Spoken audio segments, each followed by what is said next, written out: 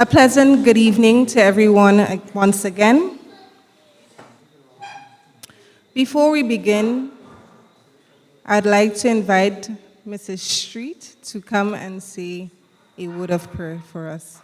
Thank you.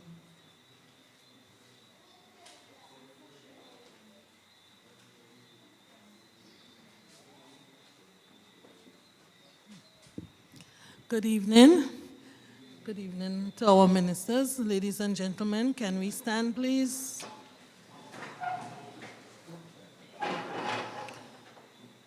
Let's bow our heads to pray. Dear Father, we give you thanks. We thank you for your goodness towards us. We thank you for your mercies. We thank you for your grace, for bringing us all here in our right minds, in good health. We pray as we meet tonight and consult on the budget that you will give us insight, give our ministers insight, give our workers in the Ministry of Finance insight, and give us as a people insight as to how we can become more creative in becoming more productive for our society. We thank you for this little piece of land that you have placed us on, Jesus. We thank you that we are safe, we are healthy, we are still out of most of the disaster zone. We're not experiencing any heavy disaster. We thank you for that, and we thank you for your mercies. We pray as we consult that we will be able to express what our needs are, and it will be able to be taken into consideration. We know we don't have a massive budget. We know we don't have such income that we can do everything, but we know that some things can be taken into consideration to bring change to our nation and to bring better health to our nation. We ask that you lead in this proceeding tonight, that you will be with each person. Let us conduct ourselves with respect towards each other and honor what is happening, because it's a great event to have this meeting, to be able to be open with our concerns. We thank you for all your mercies towards us, and we thank you for those who are on the way, that you will bring them here safely. Be with us all tonight. In Jesus' name I pray. Amen. Thank you again, Mrs. Street. So my name is Tanya Adams. I am the Chief Policy Analyst within the Macro Policy Unit in the Ministry of Finance. Today, I will be your facilitator and moderator for the event, and I am very pleased to welcome in a special way Minister Ron Redhead, with responsibility for youth, sports, and culture, Minister Andy Williams, whose responsibility is for mobilization, implementation, and transformation. I'd also like to welcome Minister Lacrette, who is responsible for health, wellness, and religious affairs.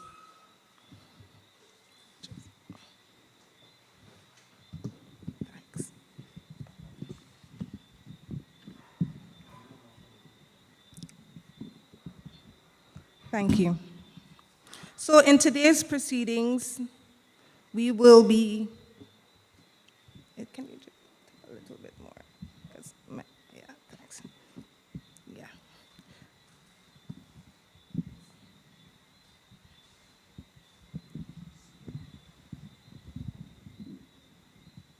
Okay.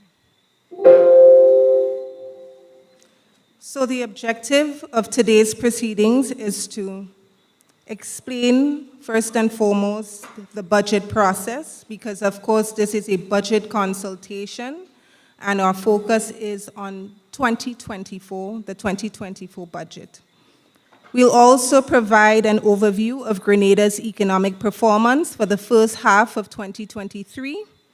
We would look at Grenada's short and medium-term prospects in relation to growth, and we will have an overview of government strategic focus areas for the 2024 budget.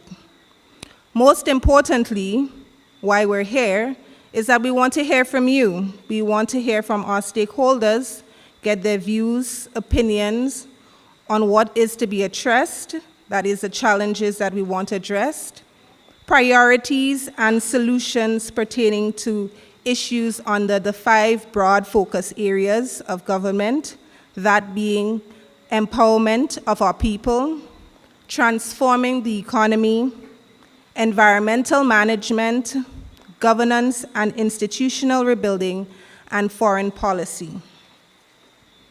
So before we get into the nitty-gritties, and that being the explanation of the budget process as well as the overview of Grenada's macroeconomic performance, we'll have brief remarks by Minister Williams.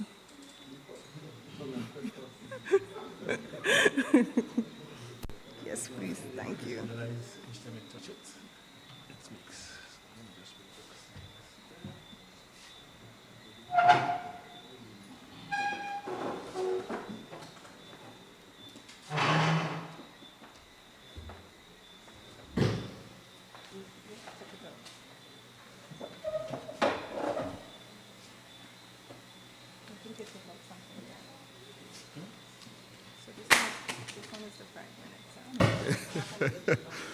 I guess my surname changed for tonight, so I am Minister Williams, just for 5 minutes.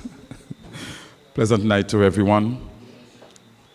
The staff from the Ministry of Finance that is here tonight, and constituents or residents of the 5 constituencies that make up the parish of St. George, good night to all of you. I want to thank as well as congratulate the pioneers in the Ministry of Finance for the work that they have done, and I think tonight is the last consultation, I stand corrected, yes, for the work that they have done over the past few weeks in ensuring that the budget is consulted on so that citizens can have a stake in what happens in their various communities as well as constituencies. So I represent the constituency of St. George Northwest as the caretaker. And briefly, as it relates to infrastructure for the past year, my team and I, we have been able to complete the scope of works for the Cherry Hill Community Center, and some minor works will be done on that center starting at the end of September next week, God's willing. Very early next week, noting that early next week is the beginning of October. The contractor is already ready to start those works. Also, the long step on Cherry Hill, we did our estimate as well, and that will start simultaneously with the Cherry Hill Community Center. The Fountainoy River project has already started. I think that they covered the first 100 feet of concrete, and they started the second 100 feet of concrete together with the 2 retaining walls. The Grand Mall back road down by the fisheries, it was graded and lined up, but due to the inaccessibility for concrete, we were not able to start it as yet. So all of these projects that I'm mentioning were supposed to start simultaneously so that they are completed simultaneously. However, Grand Mall is going to be coming soon. The Molinier Road project, we just received maybe about a week or 2 ago. I stand corrected as well, I believe about 2 or 3 weeks ago, the final redesigns for the new design of the project, and as a result, that is going to be coming on stream soon as well. But in terms of current projects that are ongoing now in the constituency, the Uganda Martyrs Catholic Primary School, formerly known as the Happy Hill Primary School, we are doing a retaining wall, back wall, and fence currently. And the Happy Hill Community Center is undergoing some minor refurbishments. It used to be the Happy Hill Preschool before, but seeing that we amalgamated the preschool in Brizan and the Happy Hill Preschool, and we just name it Boucherjou Early Childhood Development Center, because the 2 schools had enough students to make it one small preschool. So as a result of that, the community center was there and not being utilized. And one of the things that we promised to the people was that we were going to turn the community centers into learning centers for the children in the various communities. So as a result, we started construction work on the Happy Hill Community Center. so that we can start the transformative process in turning it into a learning center. And also there is a retaining wall in Mount Morris, in the Bocas in Mount Morris, that was posing some threat to residents as it relates to motorists. So as a result of that, we decided that that wall cannot fall. So we have broken down the wall because it was seriously compromised, and as a result, we are rebuilding it better so that residents will not have to face any kind of accidents or incidents re the fallen wall. As it relates to education in the constituency, the St. George Northwest Council was formed with the objective and with the mandate for 1, poverty reduction, 2, community development, and 3, community empowerment. The St. George Northwest Council was formed because I recognize that I am not an island, and as a result of that, I need more arms and legs throughout the constituency. And the beauty about the council is that it is made up of persons who straddle both sides of the political divide, but were mature enough and willing to come together to work for the development of the constituency, and I'm particularly pleased about that epic feat.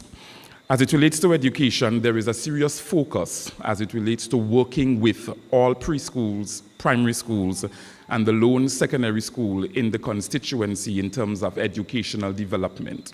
So as of Monday, 4th September, when school reopened, we visited all of the preschools. We only have 2, 4 primary schools, and the lone secondary school in the constituency, and distributed to the tune of $27,000 EC, that is, to the principals of the schools in the constituency so that they may have some form of cash flow to start the new academic school year with.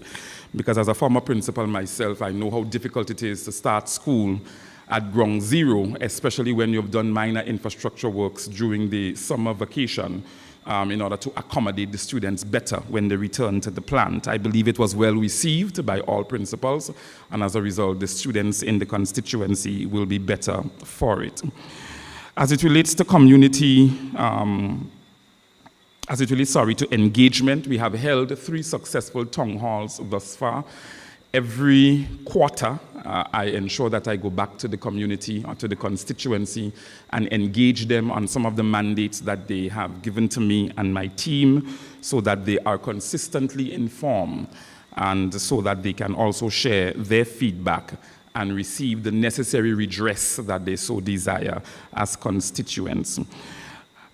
Dealing with futuristic plans as it relates to forward movement of the constituency, we recognize that in a number of communities, lighting or proper lighting is an issue. Some areas still remain very dismal, very dark, and as a result, we are working towards erecting a number of solar lights in those areas so that those paths can be properly lit. Also, we have the new designs for the Boucher-Joux playing field. We want to turn the Boucher-Joux playing field into a mini stadium, and as a result of that, we're working towards that.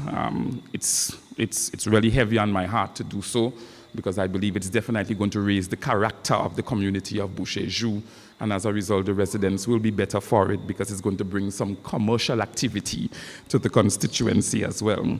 The erecting of bus stops along various areas in the constituency. There are some communities that do not have any bus stops, and as a result of that, it poses a problem, especially when constituents have to battle with the rains. And finally, seeing that we started with the Cherry Hill Community Center, we want to be able to also refurbish the Fountainoy Community Center and Grand Mall Community Center to a certain extent. Seeing that the Grand Mall Community Center houses the Grand Mall preschool, we want to be able to give them a better environment. And the Fountainoy Community Center only has a downstairs at this particular point in time. The upstairs has not started, so it's not complete.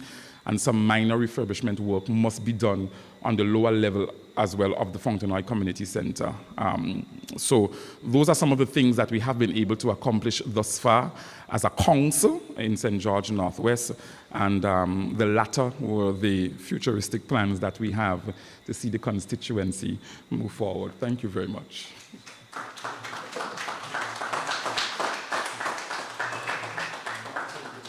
Thank you, Minister Lacrette. I particularly liked the Community Development Council that you formed. That was very, very inspirational. I think we can take a lot from that. So we will invite at this time Minister Ron Redhead to deliver his brief remarks.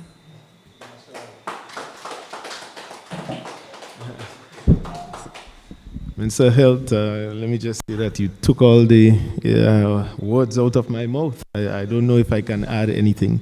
But certainly good night to colleague ministers, good night to residents who have braved the hot sun throughout today to join us. Thank you. And let me also commend the Ministry of Finance for organizing the series of engagements with you so that we can both hear and also speak as to plans, policies of government as we chart the way forward. The fundamental responsibility of the state is to plan in collaboration with citizens to be able to improve our country. And thus, this consultation here tonight is a manifestation of that sort of method. Well, let me just start off first by saying that as Member of Parliament for St. George Northeast, we have seen tremendous success in areas of infrastructure. We are satisfied that our plan is not an elaborate one, but is concise and actually targeted. The strategy behind it is to ensure that we do some of the widening of the roads that has to occur. We put proper drainage in areas that they have to go, and we begin to plan for the bypass roads that we have to complete. So for example, Mount Kuma Road, that has been completed, and it has added to the easement of traffic. We have completed several assessments on some other roads, including that road to join Lamode and Rady. We have looked at other alternatives as well, and will be in the upcoming budget period, placing that on the books to be done. The intention also is to identify the 15 main routes in St. George Northeast that we are going to prioritize as we go forward. And so that is currently ongoing. We have already completed the preliminary assessment. We have a list of roads already through the walkabout, etc., that we have been doing. And we are satisfied that once we continue to list and listen to the citizens as to the priority areas in collaboration with what we are doing at the central office, I think it's going to go well. We have been able to upgrade the Good Hope Medical Station. We are in the final stages of completion. We will go next to the Willis Medical Station. The scope of work has already been prepared, and we are satisfied that the upgrade is going to be one for the record books. We are, just tomorrow, we will be linking with the Hanover Construction Company to organize a town hall meeting to discuss the Willis Bridge and the road project. So residents there will be able to get a first-hand update. We hope to have representatives from the Ministry of Works joining us as we go along. In the area of education, I'm satisfied that as Member of Parliament, we have helped a tremendously large amount of young people to receive education, both from university and secondary school level. We have also assisted in the area of medical assistance to a number of Grenadians living in St. George Northeast, and we are satisfied that our program of acquiring resources and assistance from the diaspora is working. And we again have another shipment of medical supplies coming down, and I want to thank the Ministry of Health for facilitating our clearance of that. And so where we sit now is about planning the way forward. I can tell you that we have already identified the 5 playing fields that we will upgrade in 2024. It includes the Vendome playing field, Boca playing field, Tempe. We are going to do some work there, and Good Hope. Good Hope is going to be earmarked exclusively for football and rugby. So the whole concept of sports tourism is going to be rolled out there shortly. We see this as a critical part, and the Lamode playing field project, for example, that we implemented when we got in, was critical to test the capacity of what we had at the Ministry of Sports, and we are satisfied that we can do the work once we are consistent and once we have the right people leading it. And so tonight, I would like to hear from residents what are some of the elements you think that can be incorporated in youth, sports, and culture, and in the constituency of St. George Northeast? Because it's always important to listen. I do not have a monopoly of ideas, neither would the Ministry of Finance. But the reason why they are here is to hear from you so that we can exchange ideas and come up with the best solutions. So thank you very much, and that is my opening salvo.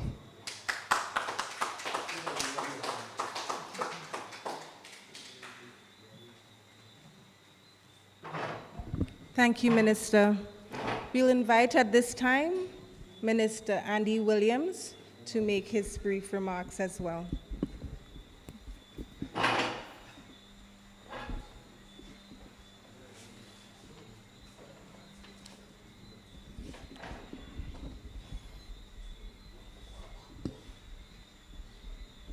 Thank you very much. Good night to everyone. You're not body inside the room, man. Good night to everyone. Good night. All right. So I was just testing them to see if they're on the ball. So it's a pleasure to be here tonight or this evening. And with regards to the St. George South, we have been doing quite a lot.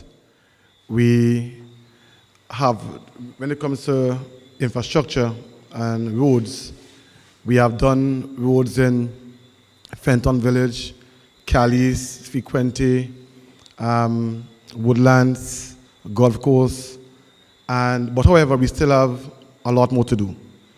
We want to focus, we are now focusing on a bypass road by Carlan Park, that's by the Golf Course area, which is a road that can take you from Golf Course in the back of Food Fair to go down to Montu. And we see it as a road that we want to complete, because in case there's a traffic situation in the south, you can use that as one of your major bypass road. We also will be looking at doing the road in the Jalangli area, because in that area, we have a major road there, which is a major bypass road, and part of the road is sunk. So basically, when you pass in there, it's a little bit difficult to pass it, but again, it can be used as a major bypass road in case you have traffic situation in the south of the island. So we want to target that. The Ministry of Infrastructure did an assessment on the road, and it's a lot bigger than we expected. So we are doing drawings and so on for it. With regards to work that we have done besides the road, we have done the cleanup on the Lagoon Road.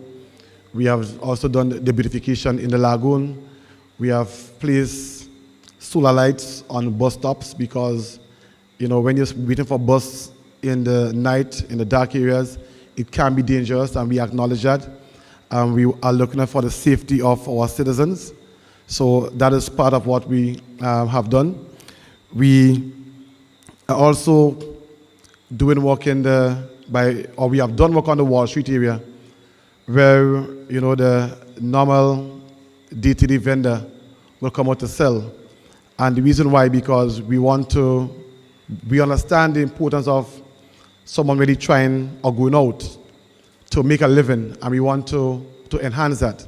So in essence, we did some work on the Wall Street area to clean up some of the garbage and so on, make it more, you know, welcoming. And as we speak now, we have gentlemen from Montu, from Granans Valley, from the Limes, they are painting the roundabout and so in that area, and not just for beautification, but it's also a safety feature, so that when you're driving, you can identify the size of the road, and it can make it easier. We also, some of the major roads that we want to assist in again is the Fort Judy Road, the Class Court Bay Road. That road is really have deteriorated really bad, and we know the citizens that live inside it and also the business inside it needs that road. So it's a road, again, when you look at it, it needs a lot more than just a normal, fixing. So we have spoken to the marina, and we will be looking to do something on the Clascoat Road soon coming. Also, we have the Guankai Road that can be used as a major bypass road in terms of traffic. If you have to go to the airport, you don't have to pass through by Wall Street area, Sugar Mill area. You can just go straight into Montrouge and end up in the back of Foxen to go to the airport. So that's a road that we want to do. Also, we will be doing the S.A. Francis Road in Lansapine. The residents have been really hammering for that road to be done, and we are on it. In terms of what we can see to come again is in Montrouge, we plan to do a senior boardwalk in Montrouge. We have the drains that to me is an ISO in Montrouge, and we can do some work on the drains and also cover it up. And people can use that as a sidewalk, and we can do a boardwalk there. So when you are jogging in the morning, you don't have to be scared of the vehicles that might be passing that can cause accidents like what happened by Bolbai a few months ago. And also in the lagoon area, we want to do a boardwalk by the Port Louis section right across to the FedEx section. So you can, on an evening time, you can just come out and enjoy the lovely scenery in the lagoon, the sunset, and it can be a family, something where you can come out and just enjoy it. So that's part of what we want to do. On Fort Judy and in Woburn, we have done some renderings and some joints for some lockers and jetties for the gentlemen who do the fishing and so, because sometimes when they go out and fish and they come back, they have to go with the engines, otherwise people will steal them. So if we have the lockers, they can lock the engine inside it, and also other things that they have, lock it inside and keep it safe, so they don't have that hassle to go through on a daily basis. We also will be doing some work on pastures with the help of the Minister of Sports. We will be lighting the Montrouge, the Limes, and the Springs pastures. And that could happen in a matter of weeks. We still have one pasture that really needs to be lit, and that is the Montu pasture. We are hoping to put it in the budget for next year so that we can attack it, right? The residents will have seen holes and so, since last year it was dug, but nothing was done. And that is because, the last administration, they dug the holes, but there was no budget in place to really put the lights in the pasture. So we want to put it in this budget and show that next year, the Montu area can enjoy some lights like all the other pastures in the neighborhood. If you look again, you will see us doing some work on the Granance Court. The Granance Court is something that is dear to me and dear to the residents of Granance, because that's a court that most of us would have used in our days. And we want to refurbish the whole court, but first we started with doing the walls to protect the court. And we will do some more of the fencing area again to add some extra protection. We will be looking to pave the court in about 2 to 3 weeks, and we will be replacing the basketball rings and the netball rings and the tennis nets and so on the Granance Court. And to add, we want to put in some bleachers so that people can come and sit down and enjoy a lovely evening or day of sports in the Granance area. To add, we have had some community meetings over the past 15 months, and we have done meetings, let's say about twice in each community in the South. We have started again 2 weeks ago, and we started in Belmont. And every week we want to, not every week, sorry, every 2 weeks, we want to visit another community so that we can have meetings so the people can come out and give their ideas and feel empowered in the community so that they can have a say as to what happened.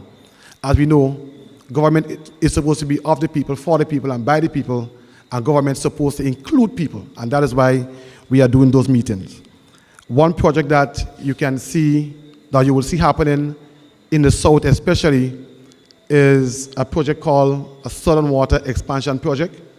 That project is under the UK SIF, and if you were following the news and so, you will have known that in 2016, the government of Grenada got a grant of $80 million to do this, the UK SIF project, which included road improvement on the western side of the island for $10 million and $70 million for the Southern Water Expansion Project. That was on the book since 2016. We lost it in 2022, and due to the hard work of the Prime Minister, we got it back. We got back $70 million, and that project is really aimed at improving the infrastructure for the water in the south of the island, but not only the south of the island, other places too. But let me tell you why. Because in the past, there had fewer people living in the south. There have more people living there now. And the lines have been there for a long time. And if no one saw what the turn of the pressure on those lines, it could damage the lines. So you have people who are living in high areas that cannot get water. So the idea is to change the lines. And you're talking about from the port area, go all down to Point Saline, all to the lines, to Guankai, to the valley. Is to change the lines so that Nawasha can increase their pressure in the lines and it can reach places that cannot get water now. So that is an important project that will be taking place. And so I don't want to be too long, but I just want to say that the idea for the South is to improve infrastructure, to improve the sporting facilities, because we have young people who are idle, who are getting involved in the negative things, and it is time for us to create more positive energy and positive things for them to do.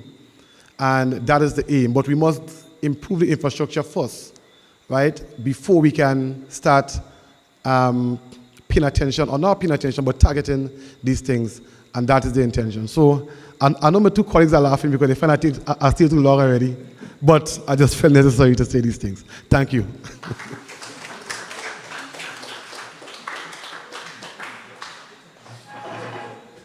Thank you.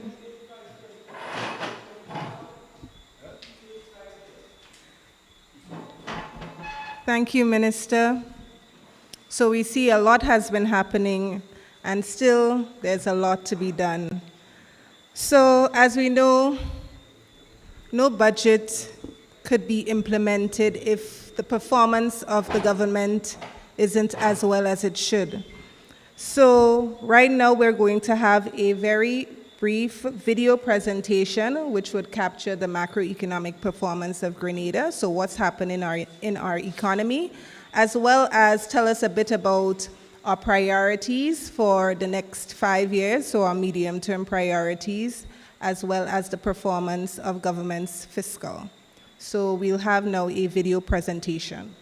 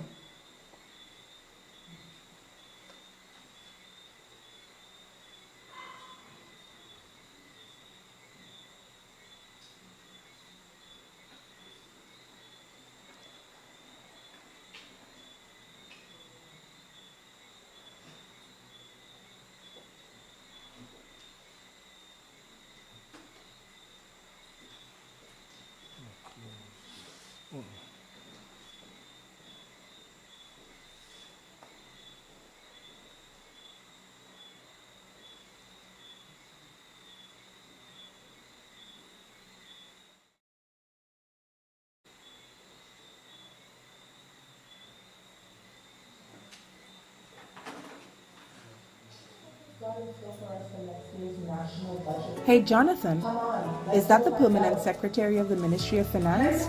I wonder what they've got in store for us for next year's national budget. Come on, let's go find out. Hi, Mr. PS. How are you? I know we're in September now, which means budget time is just around the corner. Tell me, what can we expect to hear in the 2024 budget? Yeah, I really hope government is coming good for next year's budget. I must say how super excited I am by your interest in this important aspect in our nation's governance. As you know, the budget is more than just a set of numbers. It involves deciding how much money goes into the various sectors, such as education, skills and training, health care, tourism, agriculture, housing, social services, etc. Because we have to meet the needs and priorities of our nation. This is referred to as the allocation of resources. The question, therefore, is what areas do you believe the 2024 budget should focus on? I think the government should prioritize education and skills training for sure. Healthcare and job creation should be top priorities too. I think more can and should be done in those areas. Well, it seems as though the two of you have been secretly advising the government. Only recently, the Cabinet approved several strategic areas of focus for the upcoming budget. These include education and skills development, health and wellness, economic growth and job creation, agriculture, food security, and the marine industry, just to name a few. Sounds good. But how is government going to finance all these various sectors? I hope they're not going to introduce additional taxes. Public finances are expected to remain solid next year. I don't foresee any new taxes, but I do not want to speak out of turn. We will just have to wait and see what is presented later this year by the Minister for Finance. Okay, PS, but we do hope you will put in a good word for us. We really can't afford to pay for new taxes right now. That's a good point. Things are still a bit tough, even if the economy is recovering nicely. Yes, the economy is recovering nicely. In 2022, we had strong growth of 7.4%, and based on our preliminary projections, 2023 is shaping up to be another year of robust growth. We estimate that the economy will grow by 6.5% in 2023. The construction, tourism, wholesale and retail trade sectors are the main drivers for this growth. Government revenues are also doing very well. Collections from tax revenues have grown by 21.7%. Next year is shaping up nicely too. The outlook is favorable for continued economic expansion and the strengthening of public finances. From all accounts, the economy is being managed well, despite the risks. These include an uncertain global economic environment. Yes, earlier on this year, I heard the IMF say something to that effect. But PS, what about national debt? During this time of uncertainty, government really can't afford to be taking on too much debt. You're correct. It is important to manage debt because too much debt can lead to financial problems. Government has been managing its debt and that is expected to continue. As it stands, all new debts are assessed within the context of the approved debt strategy. This strategy emphasizes concessional borrowing.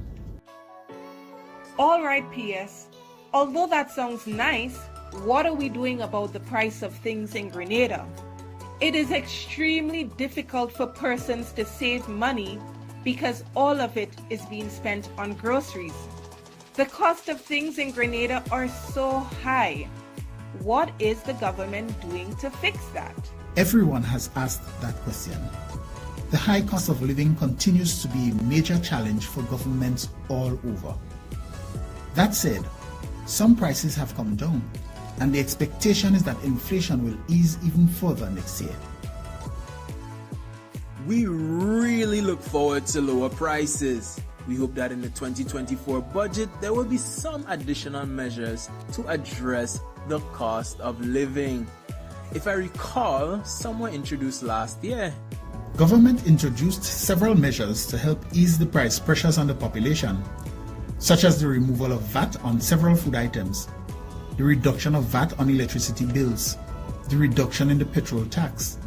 Don't forget the $10 subsidy for electricity consumption up to 99 kilowatts per month. The government also maintained the subsidy on the 20-pound LPG cooking gas, and that was costly for government. Yes, I remember. I am pretty sure that government will be looking at additional measures. We will certainly recommend more measures to the cabinet to cushion the impact of high prices, especially for the less fortunate. Oh yes, PS. And government paid the retroactive pension to retired public servants, right? Also heard some talk about salary increases. Government paid retroactive pension to the tune of $75 million, which has undoubtedly contributed to the increased economic activity and job creation in the country. Some of the impact is even to be expected next year. And don't forget, this year government successfully concluded salaries and fringe benefit negotiation with public sector unions and associations. This will be putting even more money into the hands of public servants. What about major projects and initiatives? There are several ongoing projects as well as new projects in the pipeline. These include the Tourism Competitiveness Project, the Food Security Enhancement Project, the upgrading of health centers, the Grenada Resilience Improvement Project, the Visible Transformation Project, just to name a few. But there isn't much more I can say at this stage. By the way, will you be partaking in the 2024 budget consultations? We will be rolling out the parish consultations starting on September 13th, so we will be coming to your area very soon. Of course, PS, we'll definitely be there. A message from the Ministry of Finance. That government finances is doing well. We see the economy has strong growth and is projected to have very strong growth. We also saw a bit about the priorities of government for the 2024 budget, as well as some of the initiatives that were implemented last year and some that were implemented this year.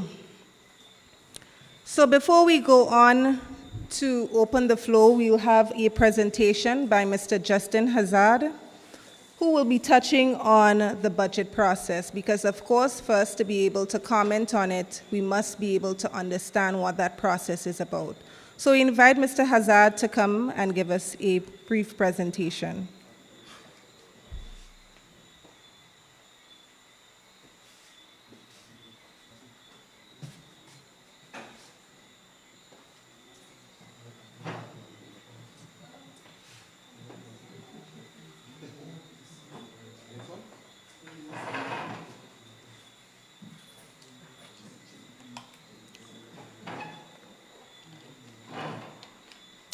Thank you, Madam Chair.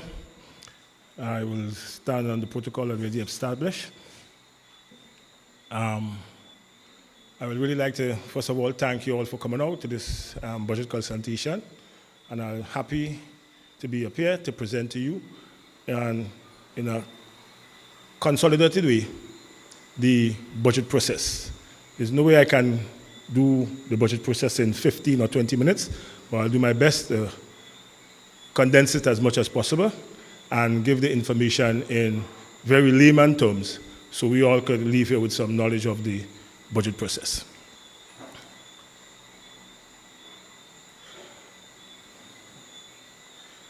Now, I always like to start my presentation with this introductory statement, and I'll read it. The annual budget is the most important public policy tool of the government, and its preparation must be done with utmost integrity and seriousness. It is the most important business of government, and by extension, the state of Grenada. Therefore, the budget must be carefully formulated, which means that ministerial work programs must be carefully developed and well prioritized. Now, that statement is telling you that the preparation of the budget is a very serious matter for any administration. Nothing cannot be done without a budget being approved in Parliament by any administration. I always said that the Statement of Revenue and Expenditure, which is basically the budget, is the most important public document any administration will issue or put out for scrutiny.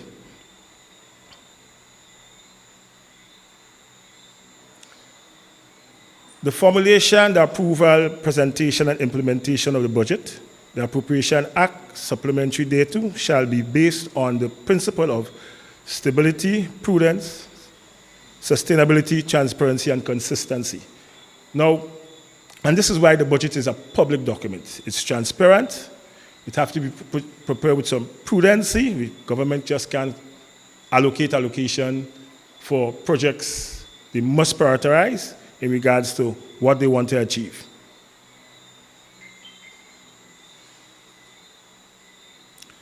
Now, what is a budget? And simply put, a budget is your income and your expenditure over a period of time.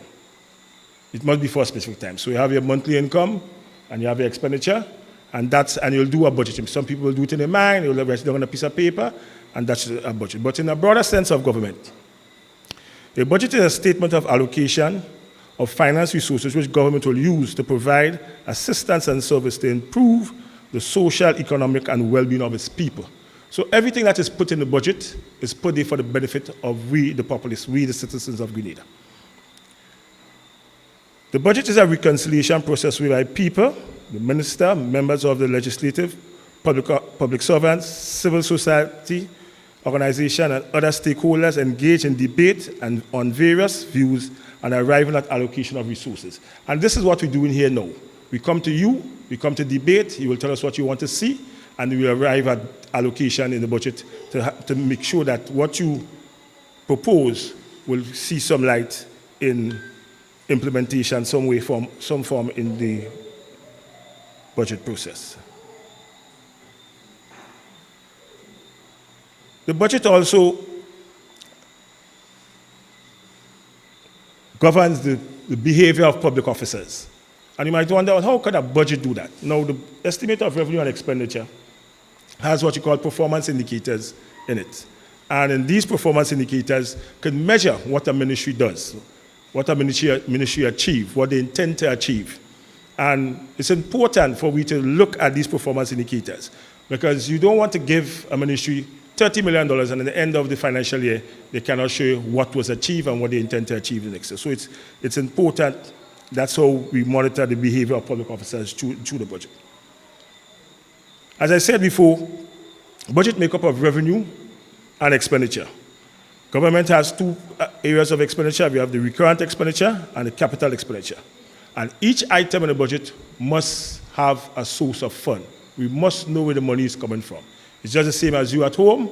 Each item you have to pay for, you must know where the money is coming from. Your electricity bill, your water bill, these come from most likely recurrent income, your salaries, and bigger items like a fridge, a car, we'll call it the capital items. And this is what the same you do at home is the same thing government do in regards of the resources. Now, the budget preparation starts in earnest with the policy units. The policy units will do some metrics in regards to tax collection, in regards to expenditure, and they will come up with projections for revenue collection for the rest of the year, and in that doing formulate a base, an envelope, in what will go forward to form the budget for the following year. Now, once the policy unit does that and give that envelope, there are two documents which are prepared, the medium-term fiscal framework, the MTFF, and the budget framework paper. These documents set out and show what was achieved and what government intends to achieve, the revenue collections, and our envelope for the 2024 budget. Now, once that is done, the Ministry of Finance issue a budget call circular. Now, the budget call circular gives guidance for the preparation of the 2024 budget. and its forward estimate for 2025, 2026, because we do the current year budget and we do 2 forward years budget.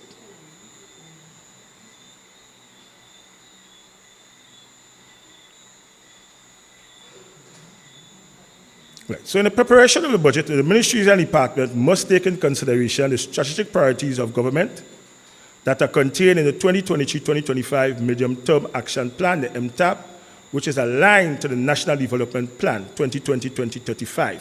And most of us will hear about the National Development Plan is a document which was formulated by all on sundries. All on sundries had tapped in terms of information in the production of the National Sustainable Development Plan. And according to what we reach in that plan, government will set the priorities in moving forward until 2035.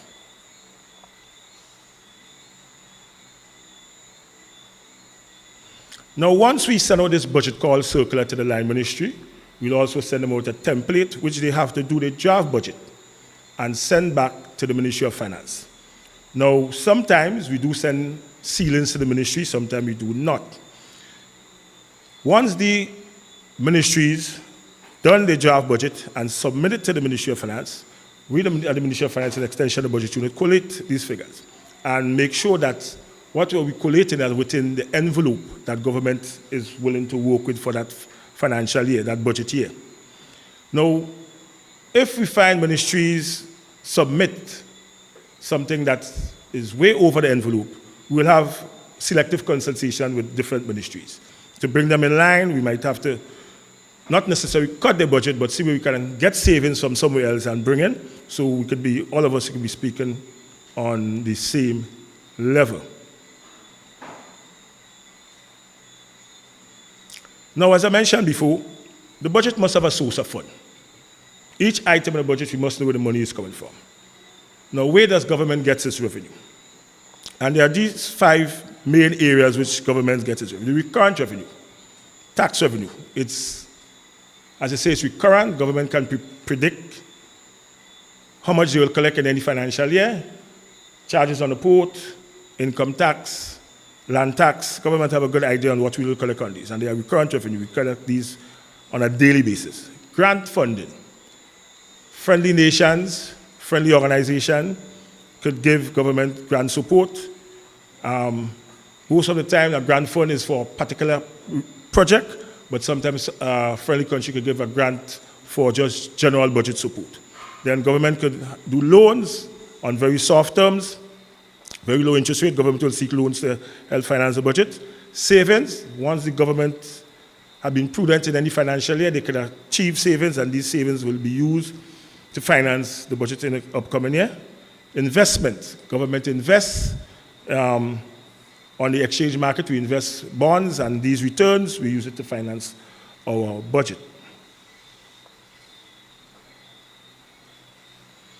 Now, some of the items in the recurrent side of the budget is handled by the Ministry of Finance. The Ministry of Finance is responsible for the payment of utility bills, electricity, water, sewage, etc. So the line ministries will not put that allocation in a budget. These will be done by the Ministry of Finance. What will happen? When the line ministries get the bill, it must be certified by the accounting officer, which say that this service we have used and this bill is correct, and they'll forward it to the accountant general, which will do the payment. Also, on the capital side, there are some items that the Ministry of Finance is responsible for. Equipment, vehicle, furniture, and fixtures. The Ministry of Finance take care of these expenditure for all line ministries, except in the case of education, police, and health. And you could understand why. Education will have specific needs, which you have to deal with quickly, and they will have their own allocation to get these furniture and fixtures and equipment. The police is the same. Arm and ammunition is special equipment. They will have to procure for themselves, and the same goes for the Ministry of Health.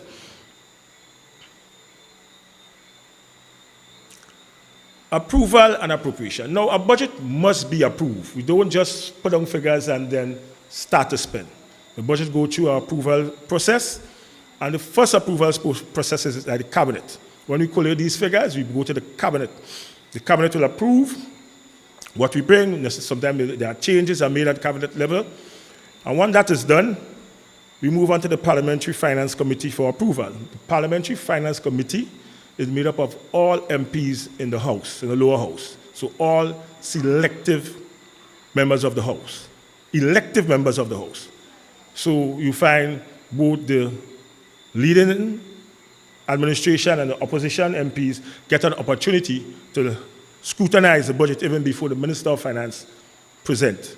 Now, once it's approved by the Parliamentary Finance Committee, you will have the budget presentation by the Minister of Finance.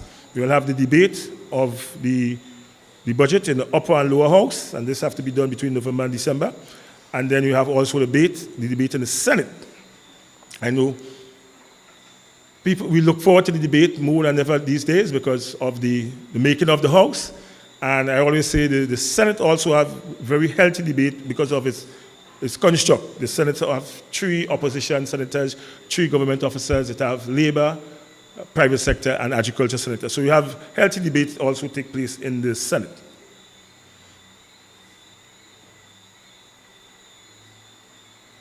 Right. So once this debate takes place and the budget is approved, a bill known as the appropriation bill is laid before the House. This bill gives the authority to spend. So the Minister of Finance will give the Accountant General the authority to spend from the Consolidated Fund. This bill will break down each and every ministry allocation, and once that bill is approved, the Minister of Finance gives the Accountant General the authority to spend. No money shall be expended under the Appropriation Act or Supplementary Appropriation Act unless the Minister of Finance authorizes the Accountant General by a general warrant to pay monies from the Consolidated Fund. Now you have 2 new words there, supplementary approval. I'll talk to it a little bit in the next slide and a couple slides down, and the Consolidated Fund. The Consolidated Fund is all accounts owned by government. It's not one account. Each and every account owned by government makes up the Consolidated Fund.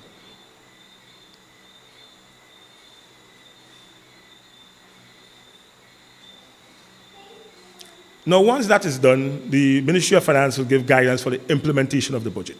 So we'll send out guidelines for the implementation in terms of ceilings. In that guidelines, we'll have the quarterly ceilings for each ministry. Now, each ministry will have to send back a cash flow in accordance to these guidelines and ceilings. Now, this is the way the Ministry of Finance used to control expenditure. So no one ministry could just spend all the allocation in any one particular period, or they need to send in the cash flow. We'll scrutinize this cash flow, and the budget unit is responsible for releasing allocation on a monthly basis. Now, there are cases where a ministry might need much more in any one quarter. And I experienced it already at the time the Ministry of Sports had quite a number of activities in the first quarter of the year and requests quite a bit of the allocation up front, right? So this is a way of controlling the expenditure. Now, the budget is not cast in stone. So when I say that, after the budget is approved in Parliament, you can't say, well, you cannot change this or you cannot do it. But there are procedures in adjusting, to make an adjustment in the budget. Now, within ministries, there are warrants. And there are departmental warrant and environment warrant. Ministries can move allocation from one account to the next. So a ministry might have some money saved in international travel, but they have some expense under rental, which they need to move forward, and they could use department or environment warrant to move that allocation to the right place. Now, there's also movements across ministries, which is called a reallocation warrant. Now, these are more complicated. When I say that, they must have some discussion between the PSs in the 2 ministries. These warrants are prepared by the Ministry of Finance and Extension of the Budget Unit, and these warrants must be signed by the Minister of Finance and the Permanent Secretary, Ministry of Finance. So these are the way that you could move around money in the whole envelope. But you cannot bring in money in the envelope without one thing to be done. And I spoke to it about it earlier on, as supplementary. So this is how you bring in allocation into the budget. You supplement by bringing it. Now, when do government need to do a supplementary? And I talk about moving within the votes. Now, if they cannot there's no amount or insufficient amount to move, government will have to do a supplementary. In exceptional circumstances, if there is a hurricane, God forbid, in the case of the payment of the pension and gratuity, that was not budgeted for, so we had to do a supplementary, go to Parliament to get the approval. Now, a supplementary goes through all the stages as a normal budget. It has to be approved by Cabinet, it has to be approved by the Parliamentary Finance Committee, it has to be debated in both upper and lower house and go through the same appropriation, supplementary appropriation bill will be before the House. No more than 2 supplementary estimates can be submitted to the House in any one financial year. But I can tell you that when we do the budget, which is one appropriation, from my experience, only one supplementary we normally done, which is done around August, September. Just a quick rule and responsibility of the budget unit. The budget unit coordinates and manages the development of the annual estimate of revenue and expenditure and the supplementary budget. The unit is responsible for ensuring that the process of the budget cycle and the calendar is kept. Now, it's important, and the budget unit emphasize and is always on ministers' back and ministries' back to submit the job budget on time. Because everything the budget is done in accordance with the PFM, the Public Finance Management Act. We are governed by laws. We are not doing this willy-willy. So, the budget unit ensure that the line ministries submit the job budget on time in order so you could have a smooth budget process. The unit also advise government on financial implication of the budget proposal and the issuance arising from the implementation. On approval of Parliament, the budget unit monitors the implementation and the execution of the budget. So I explained earlier on how we do some monitoring in terms of the cash flow and the releasing of funds and stuff like that. Now, this slide here just shows a quick summary of the whole process.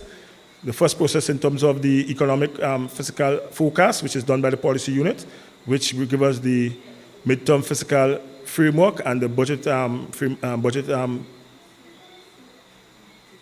framework paper.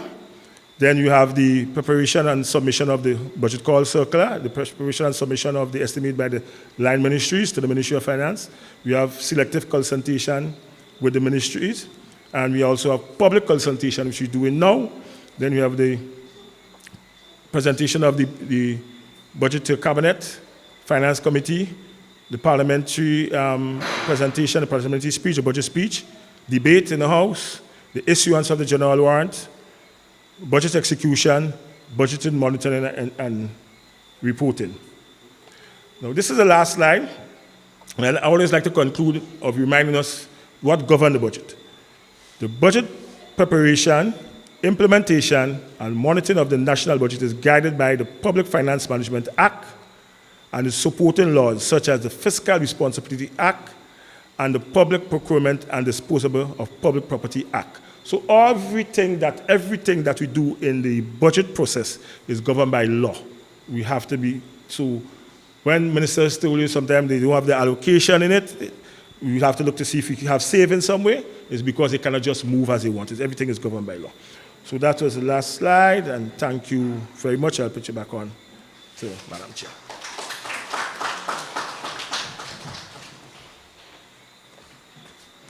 Thank you very much, Mr. Hazard, for a very comprehensive presentation. One of the things I would like to highlight from the presentation is that the budget preparation process is enshrined in law, but one of the things that he made very clear, it's not set in stone. So certainly,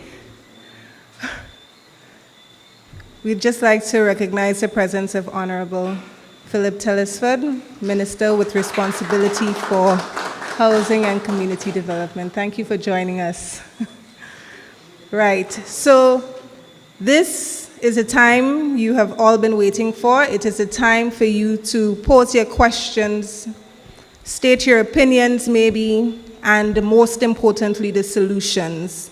We want to hear from you, so if you can. He said he didn't want to say anything. Yeah, okay, yeah. So if you can, we have a mic at the center. You will state your name and ask your question. Don't be shy.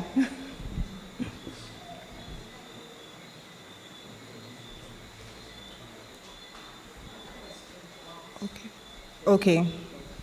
Thank you, Ms. Pascal.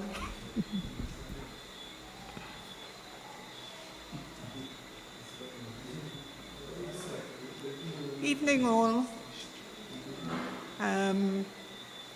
Well, I have a burning issue, and my issue is NIS payments. I've been retired now for 13 years, and to date, not a penny or halfpenny increase. I'd like to know what the government is doing about improving the lives of pensioners like myself and others. NGS? Miss, Did you hear me? pensioners. Okay. Okay, so the question is in relation to pensions? NIS pension. Yes. Okay. Because All right. after 13, 14, 20 years, people are still receiving the same pension. Other people received increases, but Okay, the likes so of us, nothing at all. So I'd Ms. like to know Pascal's where- question is in relation to the indexation of pensions benefit. She wants to know why it is that benefits in relation to pension has not increased over the years, albeit within the public service and other pension schemes, pensions is indexed based on salary increases, etc. Minister? Good evening, and thank you so much. And again, this underscores the importance of meetings like these. This is where you get the opportunity to speak directly to your MPs and to those that administrate at the Ministry of Finance. The issue of pension, especially when it comes to dealing with the rising cost of living, is indeed something of great significance and sometimes a bother for people having to meet the regular living expenses, including medical bills, utility bills, rising cost of food, and all of these things. So we're very cognizant of that. I can only speak from the perspective of the NAS at this particular point in time, and we recognize that as an aspect of the NIS that has to be addressed. And so the minimum pension, that aspect of it, is being looked at as we speak with a view to having some increases. As to when it's actually going to be done, it's another story. But we are looking at that at the moment. The challenge that we face with the NIS is that we had to put the NIS in a sort of idle mode to consider the legislative framework with a view to strengthening the institution. So we had to do some institutional strengthening by some legal interventions. So that has been done. But the NIS now would need a few years to at least get to a position of strength before we start to increase things like pension benefits to people. But it's something that we are considering. As to how it's to be done is another story. Government may have to intervene by giving some measure of some measure of increase, or I wanted to say injection, financial injection into the NIS. Government may have to intervene in that regard, but the final tweaking of the numbers and combination and permutation of different options as to how it can be done, that has not been ironed out as yet. So to answer your question, it is something that is under consideration, and over time, we expect a solution to that vexing problem. Thank you. May I just continue? Mr. Cromwell, many years ago, we asked the same question. He said papers were being sent to the ministry and nothing was being done. So my question is again, what, can you hear me? Yes. Yeah. Yes, we can hear you, Ms. Pascal. Okay. My question is, if it's in the future, there are some people earning $200 and something a month NIS pension. Shouldn't there be some sort of, rise so at least those people can benefit, and they don't have to beg people to help them to buy medication and things like that? Yeah, so that particular social aspect of the NIS is under heavy consideration at this point. But Minister, I am not too sure if we can catch a 2024 budget with that. Minister, excuse me, $200 and something we're talking about for an elderly person. Yeah. Yeah, I mean, those benefits were based on your earnings at a particular point in time. The challenge we face is we have not, we take 21 years to move the needle as far as the actuary's response to the actuary's report were concerned. You take 21 years to move the needle. Had we done that 21 years ago, I am certain these decisions would have been able to be taken quite easily. As it is, the mathematical component of the adjustment of the NIS has to be carefully administered at this point in time. Right. And this is where we are. This is the reality that we confront with. Or else, government has to find some maybe $100 million or something to inject into the NIS, which government doesn't have at this particular point in time. All right. But we are saying to you that this is given heavy consideration at this point in time with the legislative adjustments that has been made. It needs to take root. However, we may be able, but it has to be carefully studied and administered. We may be able to make some adjustments. I cannot see it from my vantage point happening in 2024, but maybe from 2025, we should be able to settle up that, because it takes we have to do the studies to ensure that we remain strong at all times. We cannot go back as far as the NIS is concerned, because one foolish error could throw the NIS off balance, which could result in a run on the institution. And when I say a run, I mean, we're talking about close to $1 billion worth of financial assets. This will drastically affect the financial system, the banking system, if NIS fails. So we have to be very prudent in our administration of the NIS right now. Thank you very much. Minister, one more question. The Mount Airy Road, and in front of my house. Mount Airy Road. The Mount Airy Road. Yes. I did some repairs. I mean, what else? Tell me exactly. No, the completion, that corner is quite dangerous. Yes. So, yes. And also, I think I spoke to you about in front of my house. I spoke to you about in front of my house some time ago. Yes. It's still unfinished. I did take the road officer in front of your house and I showed him what I wanted to get done. I have not been there in a couple of weeks, in a few weeks, because I'm actually in Upper St. Paul's now as we speak. That's where I'm working. But I was doing the other side, so I've not been in your area proper. But so that's why I'm not aware that it was not finished. So what I'll do, I'll pass it on to my officer to have them give it some immediate attention. I have to leave now. All right. Take care. Bless you. Thank you again, Ms. Pascal, for your contribution. Indeed, that was a very important aspect that she brought up in relation to social protection. And as we can see, government is very committed to ensuring persons are protected in their retirement age. I mean, that was evident through the payment of pension benefits to retired public officers. But we also have to acknowledge that it's a balancing act when it comes to social security. So we need to look at the fiscal performance or the financial performance of the entity. And as we could have seen in the past couple of months, there are a number of initiatives that were implemented for the NIS, namely the increase in the contribution rates, etc. And so we would need to balance that, of course, with improved social protection. So I thank Ms. Pascal for that comment. Any other questions? Go right ahead.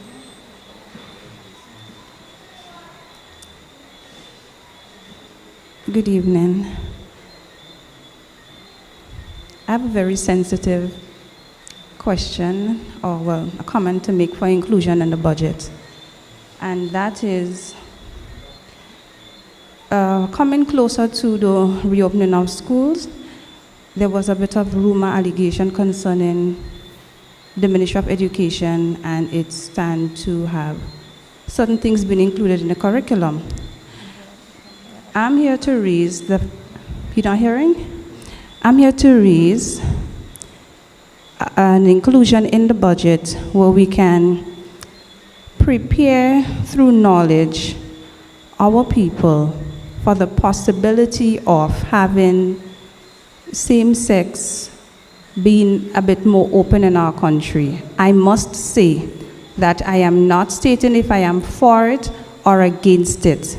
I'm simply stating that we need to begin to make our people be aware of the holistic thing that concerns same-sex relationship.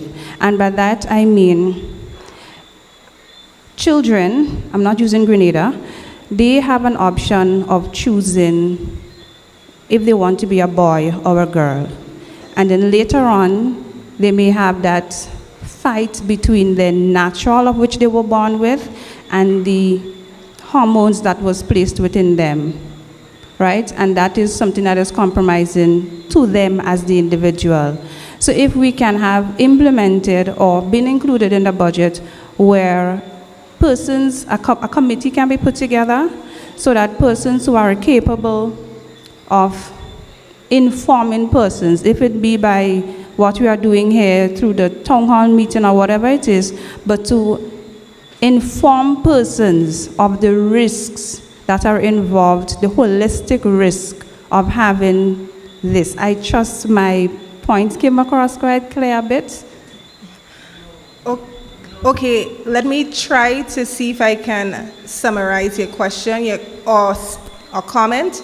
It was in relation to the edification or destigmatization of same-sex relationships and the call for greater community engagements in relation to this so that it's more destigmatized. Okay, thank you. Right, so first and foremost, I think everybody knows whether they're male or female. I think there's no question about that, right? What we are faced with is a global phenomenon. And a global phenomenon requires of us to educate ourselves. We cannot run from this. We got to face what is coming our way. So, what do? Yeah?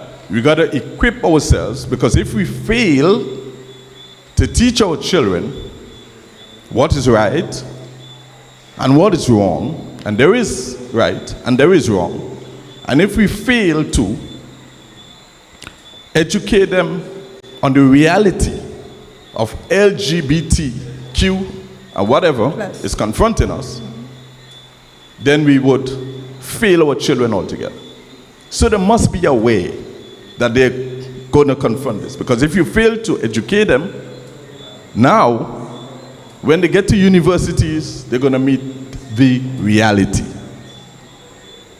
Right? How do I deal with this phenomenon? It's a global phenomenon. It's not unique to Grenada.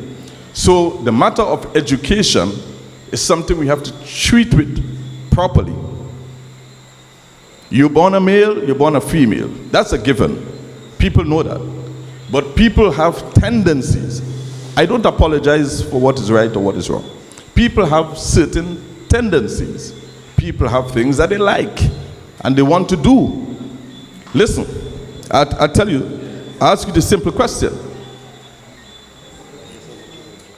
you don't put gasoline in the exhaust in a vehicle, because that's called an exit. That's where the smoke goes out. Neither do you put smoke in a gas cylinder. You don't do that, because that's called an entrance. So we must know our bodies and know its purpose. We must know what is right and what is wrong. But if you have a vehicle, if you buy a vehicle, and you choose to put gas in the exhaust, that is your private business. Right? That's your business. So you treat with that accordingly. The point I'm making here is that we must educate people. People need to be educated. LGBT is a phenomenon that we are confronted with. Face the reality and educate our children and let them know it is here. It's a reality that we have to confront with. Let them know what it is. Some of us don't even know what the acronym means.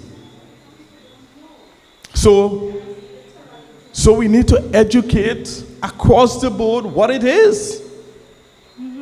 People are going to make the choices. We can't run from that reality.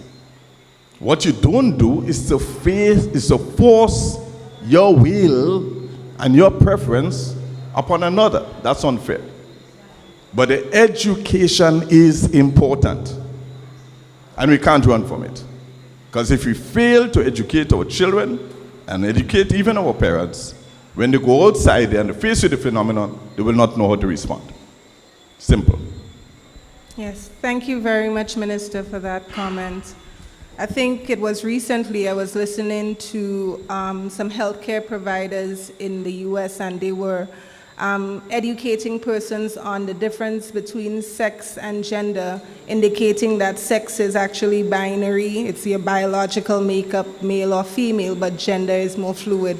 So certainly these are things, these are conversations that we need to have, and we need to kind of try to be okay eventually with these types of phenomena as he described it. Do we have any other questions? Yes, good night. I have two things. One is a shopping list, right? Especially for but Minister Williams, right? We need a sidewalk in Montu area, right? When I'm driving there, we have lots of vehicle parked on the side, and if you could get rid of some of the vehicle there too, it will be a good thing. But we also need a sidewalk in the Montu area, right? A bus shed at the entrance of the Laculum area, or they say Laculumi or some, but Laculum is the correct one, right? I grew up in the thing. Then the woodlands bypass, which leads to the cliff. Now there's some notices that big trucks shouldn't be passing there. But at any time during the day, if you're in the area, you're going to see big trucks with full load, 10 and 15 ton trucks with full load, still passing in that road. So what I would like to know, if maybe cameras could be installed, even if it's to engage like people in the household in the community, you know, to use some cameras. And you charge those violators, because I'm seeing a lot of big trucks passing there. Even this evening, coming here, right? Big trucks on that road again. The Paradise Bridge in Grenville, instead of traffic light, is something I cannot understand. Why not expand the bridge? I mean, I don't know. It's just something that puzzles me every time I say, what's the purpose of a traffic light there when you could just expand the bridge? Right? The wall holding up the cemetery from River Road to Tong, that wall is collapsing. Don't let it become an emergency before something is done to it. Bottom Woburn and the same cliff. Could a roundabout be placed there? A good roundabout, rather than those. Because it's still on show, you know, it's still create some bit of unsurety when driving, especially for some of the newer drivers, right? And Granby Street, if like on a Friday and a Saturday, if it could be blocked off for itinerant vendors. We used to be in the stadium, but we were moved, and people like me who sell from the back of my vehicle, it's difficult. So if some consideration could be given for itinerant vendors. The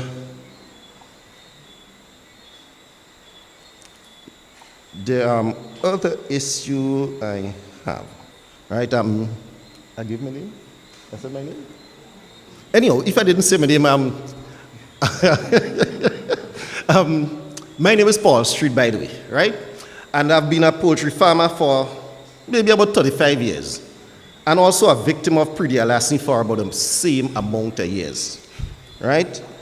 And I'm asking, as part of the transformation process, to do more in protecting people like me who have invested my whole life on agriculture. It's a venture, in my opinion, that is underestimated by most Grenadians. In addition to just giving farmers ID and so on, and like the business registration and the other policies for the poultry sector. Example, like how the bus organization is organized, right? Everybody could get a license, right? But it's not everybody will get a license to drive a bus.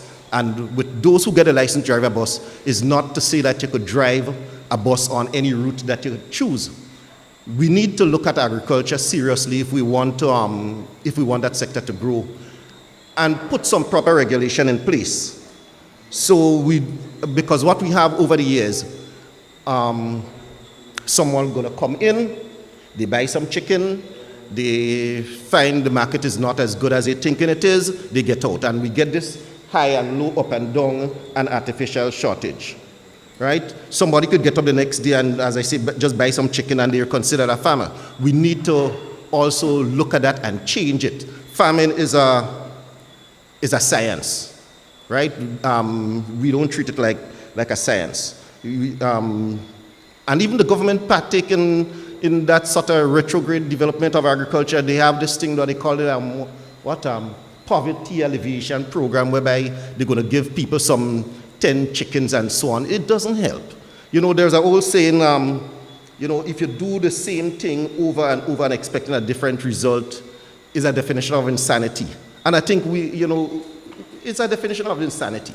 Because over the years, can anybody really measure the success of those programs and see if it's, the benefits of it, why we should continue with such a program?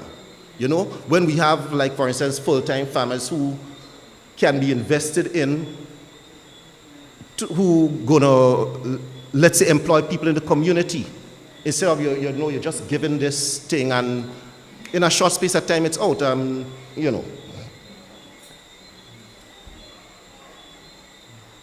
What I would like to see is that the government put adequate structures in place that will enhance market stability, quality. Better quality, better productivity, and confidence. Okay, what I'm saying, right?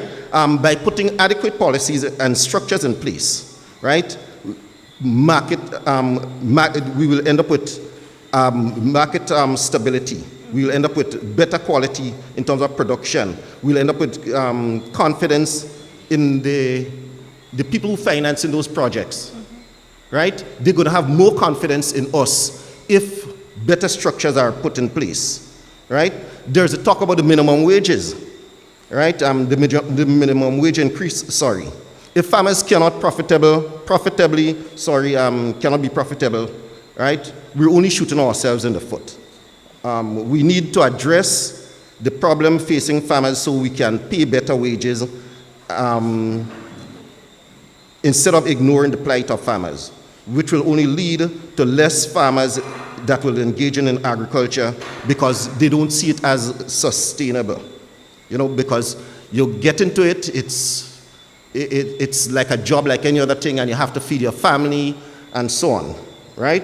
And if it's not sustainable or not profitable, we're going to see especially the younger generation, they wouldn't bother with it. And all the efforts, you know, we talk about the war in Ukraine, how it's affecting food supply. But it's agriculture they're doing. So why should we in Grenada be running away from agriculture? We need to be producing food that we could eat. Senator Lacrette with health. I mean, we could reduce on the amount of imported food or preserved food, I should say, right? And try to consume more locally produced food. That could end up, because we see the problem we have with lifestyle diseases, right? So, yeah. So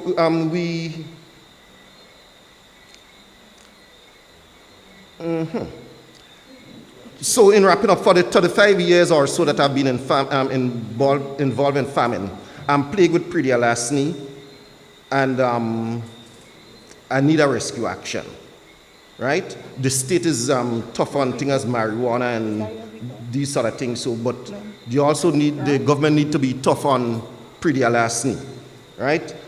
It was only last Saturday when I got up to my farm, right? Yeah. It was only last Saturday when I got up to my farm. Somebody stole all my eggs. And then Tuesday of this week, again, they repeated the same. Well, I shouldn't say they repeated, because I'll show you the same person. But the incident was repeated again. Right? So I'm seeking some government intervention. In the past, it has happened. And to date, not even one police came to investigate it or to assist me. So I'm asking the government to crack down on pre-larceny as much as possible. Thank you. Okay, thank you very much for that comment and question. Is there anyone of the other ones? So we heard greater attractiveness for the agriculture sector. We also heard stricter or more decisive action as it relates to pre-larceny. And we heard also about greater improvement within the poultry sector to improve the quality and quantity, stability of the market, etc. So we heard those themes coming through very strongly. Okay, is there anyone else that, Ms. Street?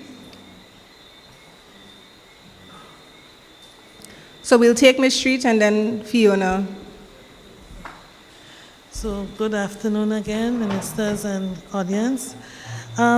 Senator Lacrette, Senator Lacrette is here, wanted to know the mandate for the council, and if possible, if they could look at more adult education and health education for our communities. If we make that part of the activity, if they could include more health education and more continuing education for adults. I heard you were fixing some roads. I am from Mount Melville Road, Blogger Road. I haven't heard you mention Blogger Road. I'm hoping we could get some parts of the road to be fixed. And then I wanted for the Minister of Sports, Mr. Ron Redhead, the possibility of more community netball. I grew up playing netball in my community, and volleyball on the beach and those kind of things. So if we could look at having more community activities like this. I have a problem with people building by the side of the road, and when they're constructing their homes, they say 10 feet out from the middle of the road. But you see people building almost in the road same strength. And then when they finish building, they ain't put a parking, they're parking in the road.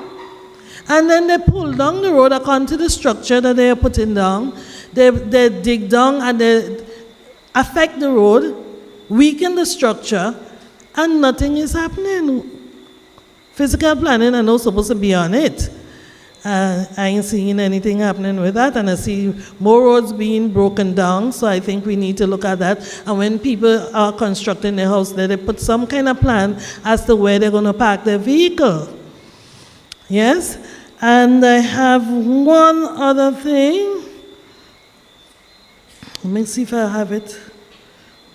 If I don't find it, I'm gonna have to leave. Okay, for Mr. Hazard, when you presented, I know that I worked with government, yes, I just retired, and I know we were talking about decentralizing things. It sounds like we're not decentralizing if we have to go back to the Ministry of Finance for chairs and tables, and so the ministries don't have their own budget for things like chairs and repairs and so anymore? I'm just asking, because I thought we were talking about decentralizing our system to make it easier for ministries to do what they have to do. So I'm just asking that.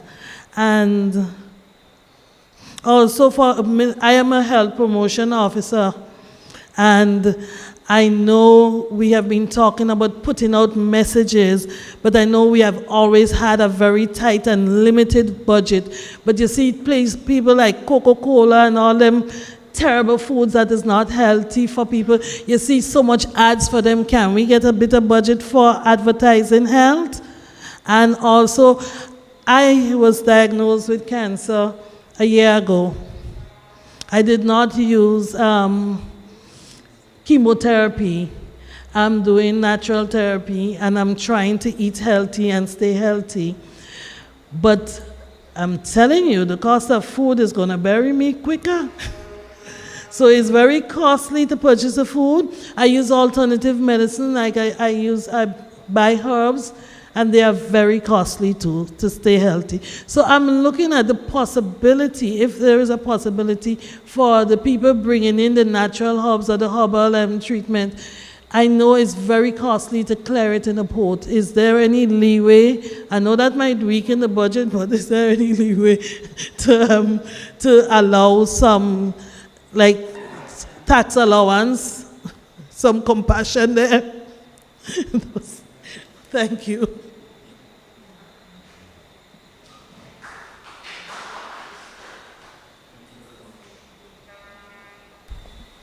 Thank you very much for your question, Mr. Street. I just wanted to piggyback on something that Mr. Street spoke about as it relates to pre-deal larceny.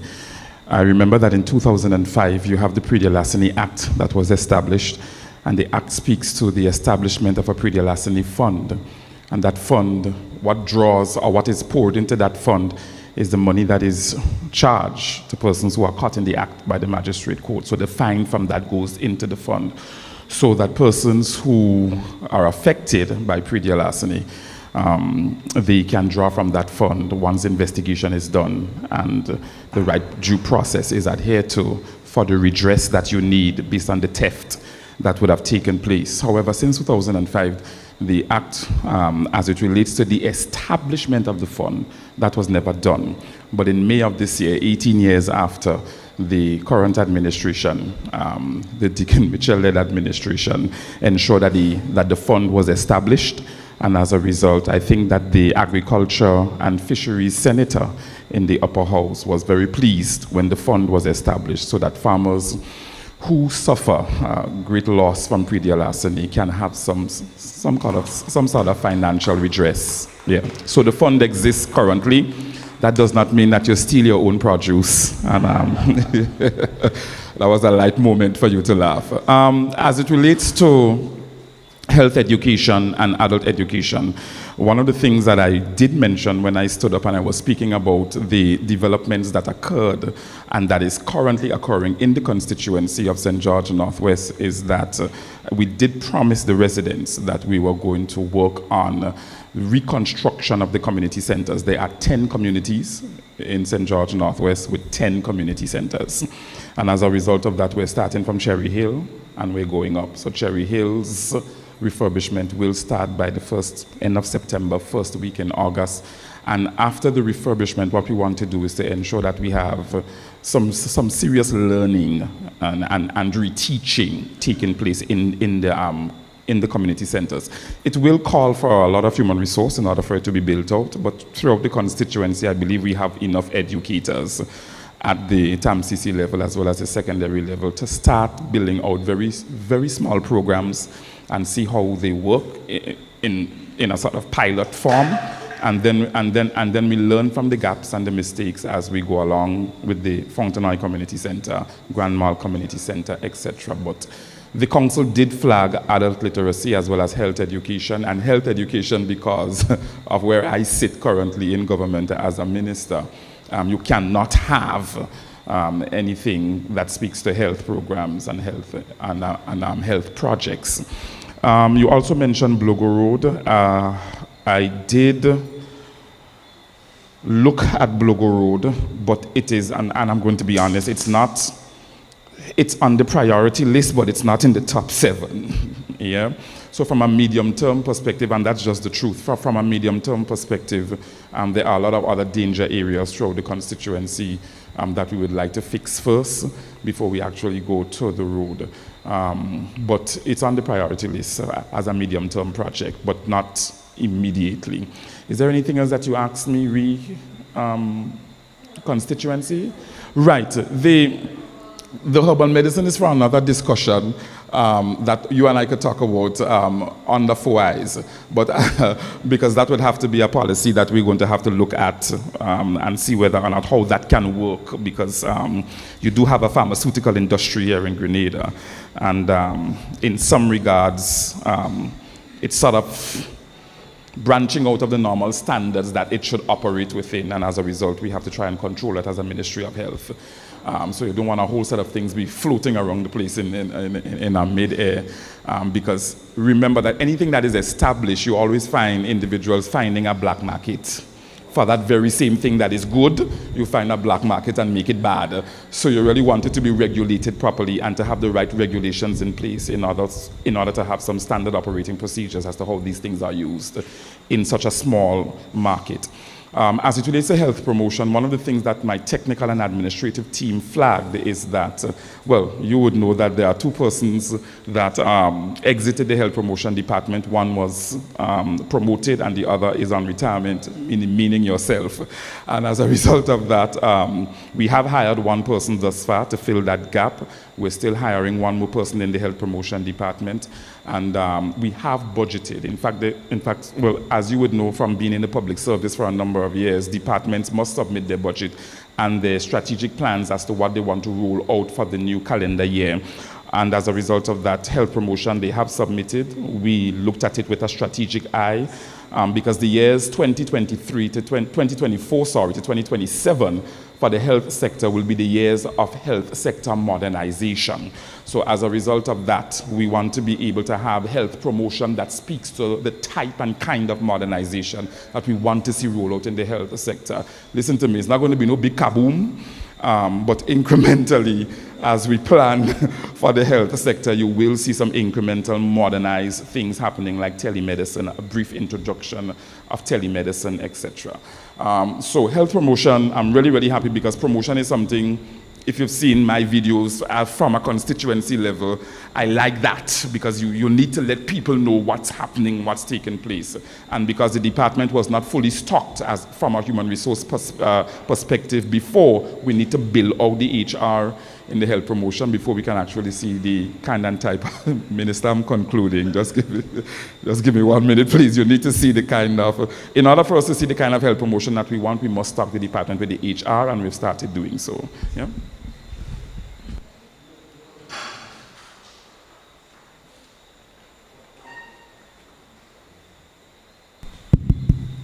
Right. I just want to address a point there's some points from Mr. Street. Some we have taken note of, but the Montu area with the sidewalk is something that we will look at. And also, we know we have a traffic situation in Montu where vehicles park on the side of the road. It's something that we are looking to address with the RGPF and the Ministry of Infrastructure. But not just the Montu, but in the Valley area also. There's, after you pass, let's say Irish, I know if you know Irish shop, on the left-hand side of the road, going down, there's no sidewalk there, and people walk in the road, and it's easy for them to have an accident there. So we will be looking at that also. We will be doing the road by the cliff, from Springs to the cliff. And in doing the road, we will address the issue of the sidewalk also with the road. What we want to do with that road, we want to widen it. So we are redesigning the road, and we are in the process now. And again, if persons see people driving on the road with the big trucks, I think the easy thing to do, take a picture and they can report it to the police and they will deal with it, right? In terms of agriculture and farming, I think you made a point that people just want to be pop-up farmers, right? But I think we should be encouraging that, because at the end of the day, you see, if we're talking about growing the agriculture industry, we cannot just grow it by just having one set of people doing agriculture. We should be encouraging people to get involved in agriculture. When you look at St. Vincent and you see the amount of produce that they are exporting, I'm saying we need to be doing the same thing. And what we need to do also is not just producing or looking to produce for Grenada, but we should be looking to export our produce. And if you do that, then you will need more farmers to produce in order to produce more to export. As we speak now, the ABC Islands, that's Aruba and so, they are engaging us because they want produce for those islands. And do we have enough? Right? It is the current group of farmers that we have, are they producing enough to produce for the local market and the islands? And I'm saying again too that we have, what we should be looking to do is to look to export our products to places like New York, London, Toronto. We have a high West Indian population. If we want to do that, can we just say, just use the crop of farmers that's there? Or should we look to bring in more people to do more farming to produce more? And also, sometimes, what caused the food, the local food to be so high is because of demand and supply. Now, if we increase the supply, we can bring down costs. And it will make it easier to eat healthy. So I'm saying we should be encouraging people to get involved in farming, even in the schools. When I went to GBSS, there was no, agriculture science was not offered in the Form G, in the Gs, right? We were just doing the chemistry, the biology, and the physics. And today, you know, I mean, I wish I could have done a little farming in school to farm. No, I don't know how to plant anything. But I wish I could know how to plant something like, but I'm going to tell us what. So I think we should be encouraging more farming, number one, and also we should be looking to add value to our products. Not just produce, you know, the sauce up and everything and export it, but add value. And that is why we have engaged India. And India is, will be giving us $1 million US in factory equipment of our choice. And that is to, so that we can add value to our products, and which is what we need. So I just say that we should be encouraging more farming and more people to get involved in farming than less. The other points, we made a note of it, and we will try to incorporate it into the budget. Thank you.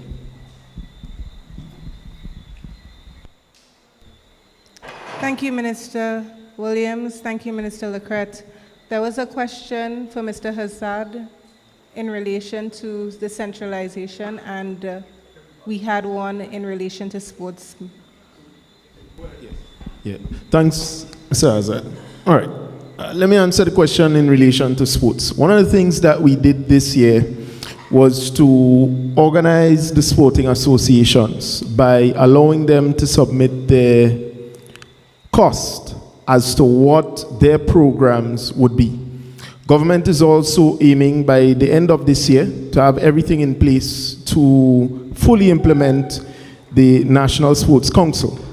The challenge that we face in Grenada is a lack of organization.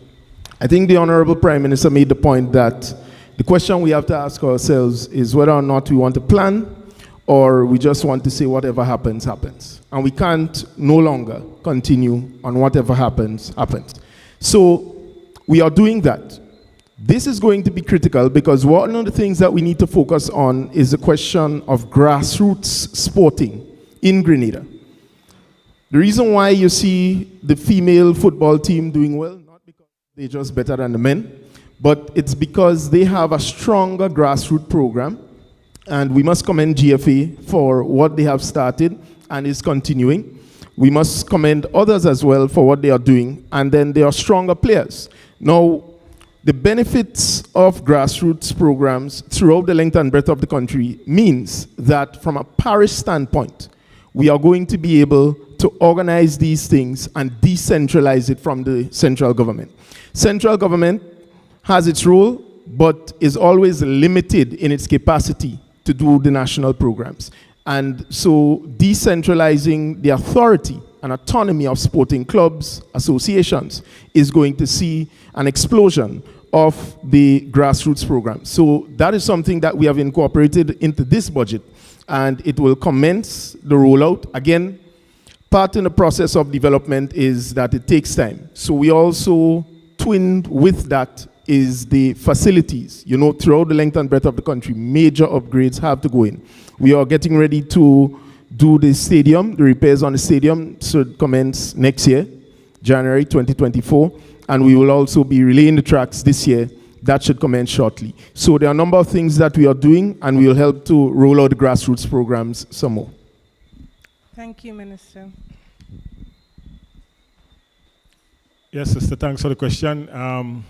In my presentation, I did mention that the Ministry of Finance is responsible for certain aspect of the capital expenditure in regards to fixtures, furniture, vehicle. But I also did mention that the Ministry of Education and the Department of Police and the Ministry of Health do have their own allocation to take care of these expenditures because of the uniqueness of these ministries. So we are decentralized, yes, in a certain way, and then we still have to take in consideration. I remember I spoke about the laws that govern our budget, and I spoke about the procurement and public and the disposal of public property. Now, each purchase should take place within the Ministry of Finance or within any ministry must go through the procurement process. So you have the submission of bills and stuff like that, you know, to the procurement unit. But the chairs, that's why the ministry, for example, the schools have the Ministry of Education have their own allocation. So if chairs is needed, that could easily be procured.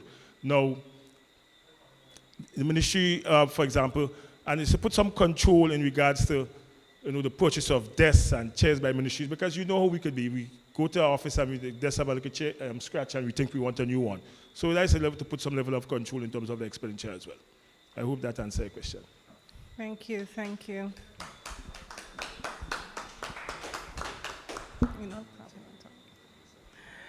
All right, do we have any other questions? Go ahead, Fiona. Good evening, everyone. Good evening. 2 points.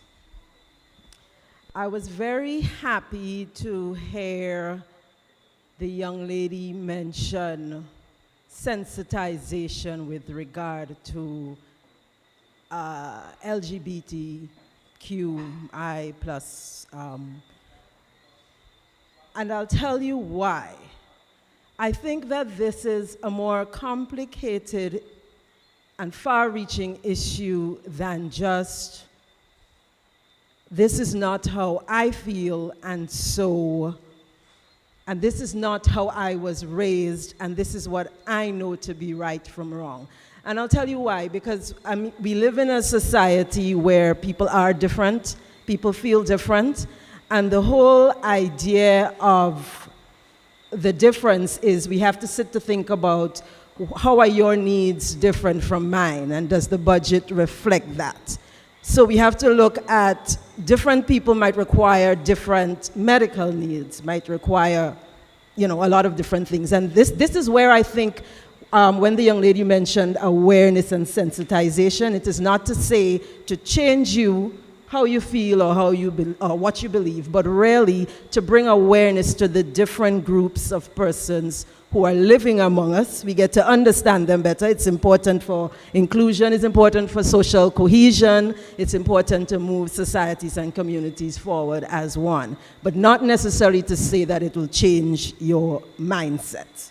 That's a very difficult thing to do. So that, I think, is important for us to reflect on in the budget.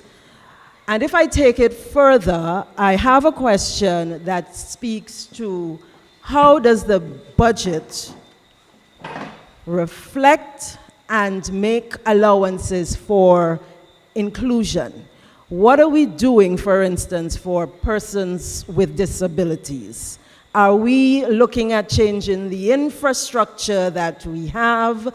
Are we bringing in more Braille? Are we trying to get persons with disabilities into mainstream education with a few changes and things like that? So I'm wondering if this has been considered and what sort of arrangements may have been made for that. Thank you so much.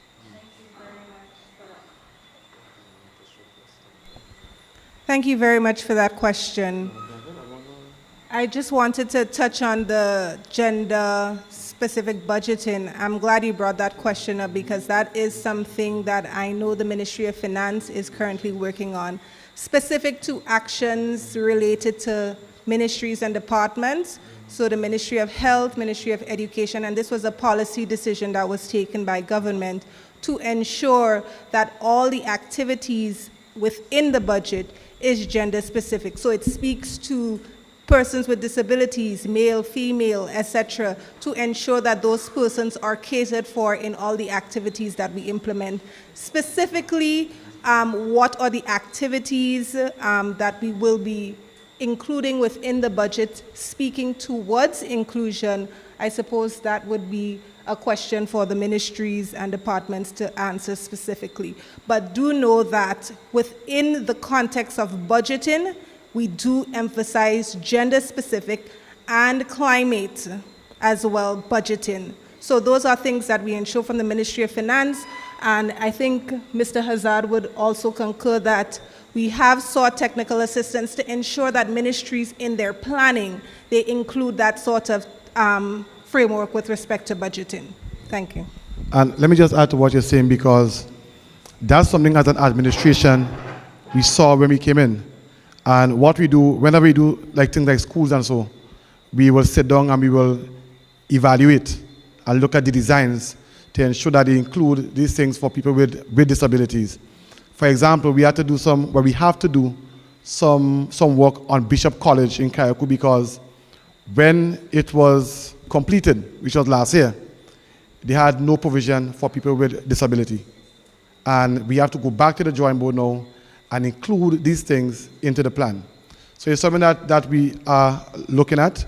And also, let me just add one more thing. Even not just with disability, but special needs.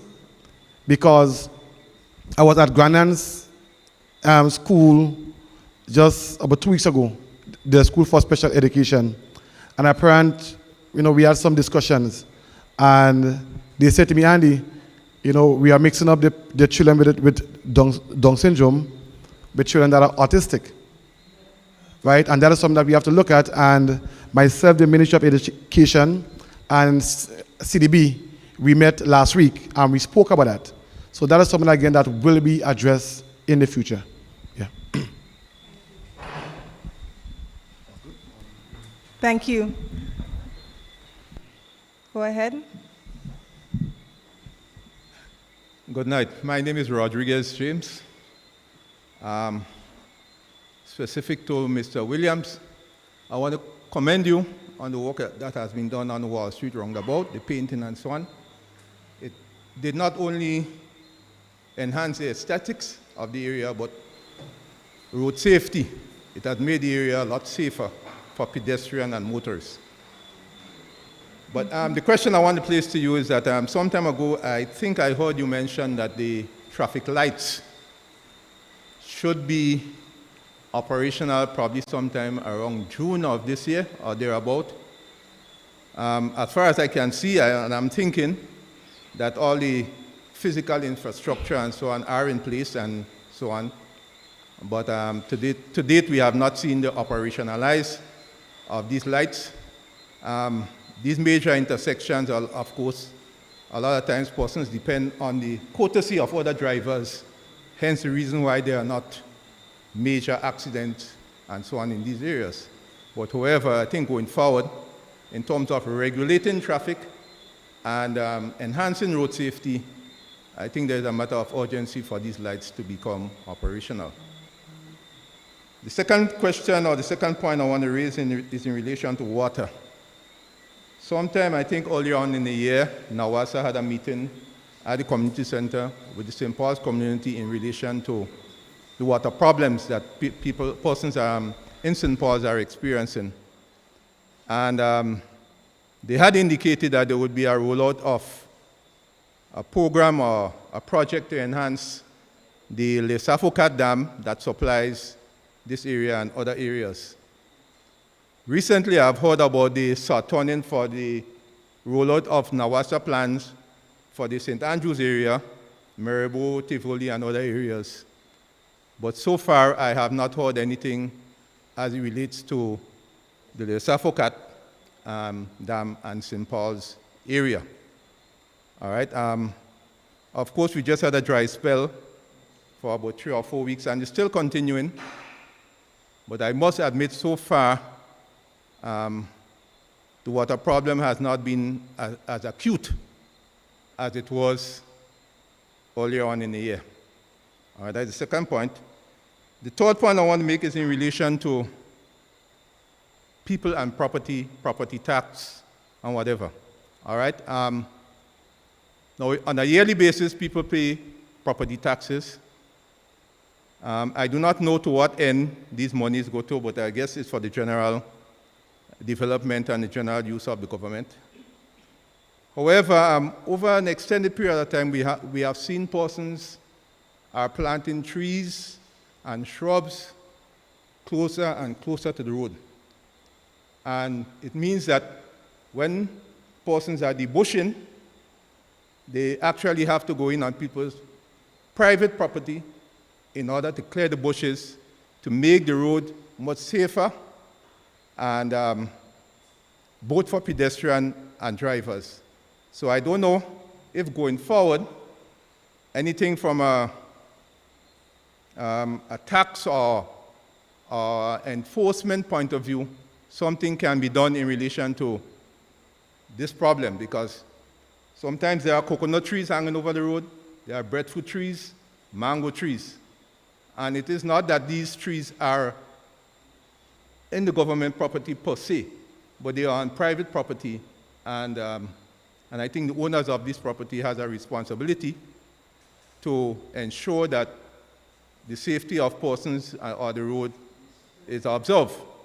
So if government has to go in and clear these trees and so on, I believe that these persons should have to pay an additional sum of money for the work that government has to do on these properties. So I don't know if going forward, as it relates to people and the property tax, whether a fine can be attached to persons who fail to ensure that the surroundings or the trees overhanging the road are not cleared, whether a fine can be attached to the property tax, so at the end of the day, government do not have to bear the burden of clearing these people's private property. That's my point.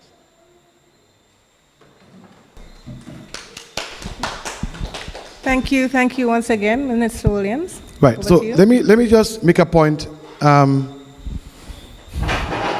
address the last issue you spoke about, and the property. Now, when we came into office, I had a meeting with physical planning at the time, and I asked them, so why did you guys drop the ball so much? Because you are seeing a lot of irregularities when you walk around and you drive around.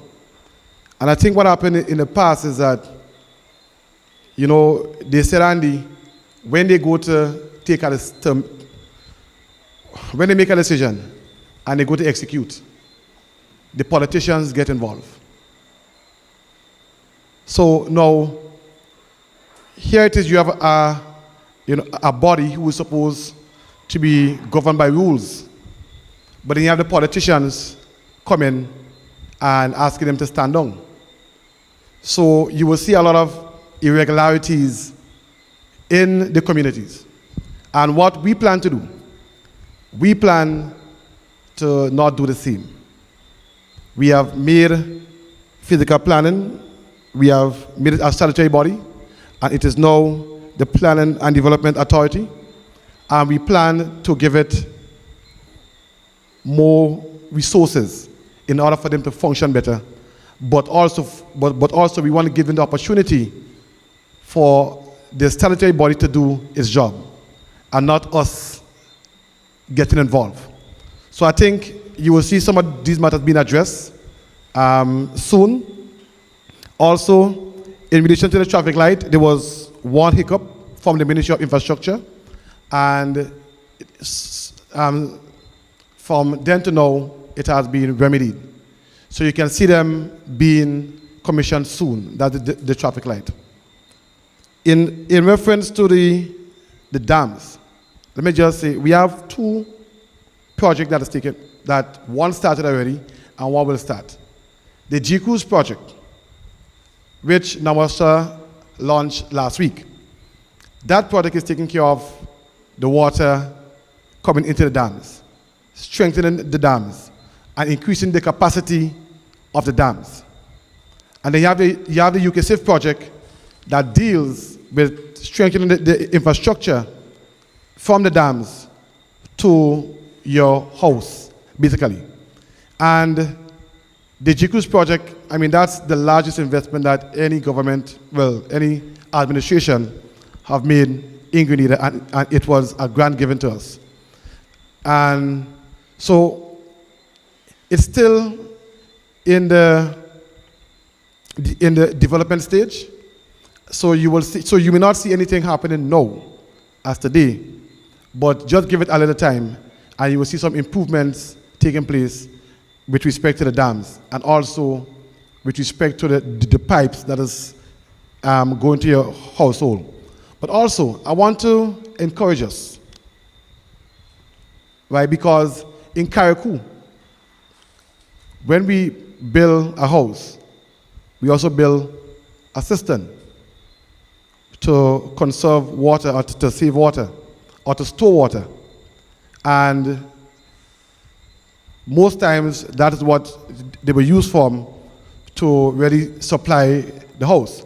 And I'm saying we have to encourage more rainwater harvesting in Grenada. Sometimes we take it for granted that we have water in the pipe, but not just, and we can use it for washing your vehicles, for watering your plants, right? For even in your toilets, you know? And if we do that, we can, number one, reduce on the surface water that just go out to the sea. We can save it and we can reuse it. Number two, you can help decrease your water bill, right? And, you know, and number four, you can reduce the reliance on Nawasa and put in less strain on them. And I think if we go that way, we could help Nawasa, the country yourself, a lot more. So I think that was the 3 points I wanted to really speak on. Thanks. Thank you again, Minister. Let's give him a round of applause. Any other questions?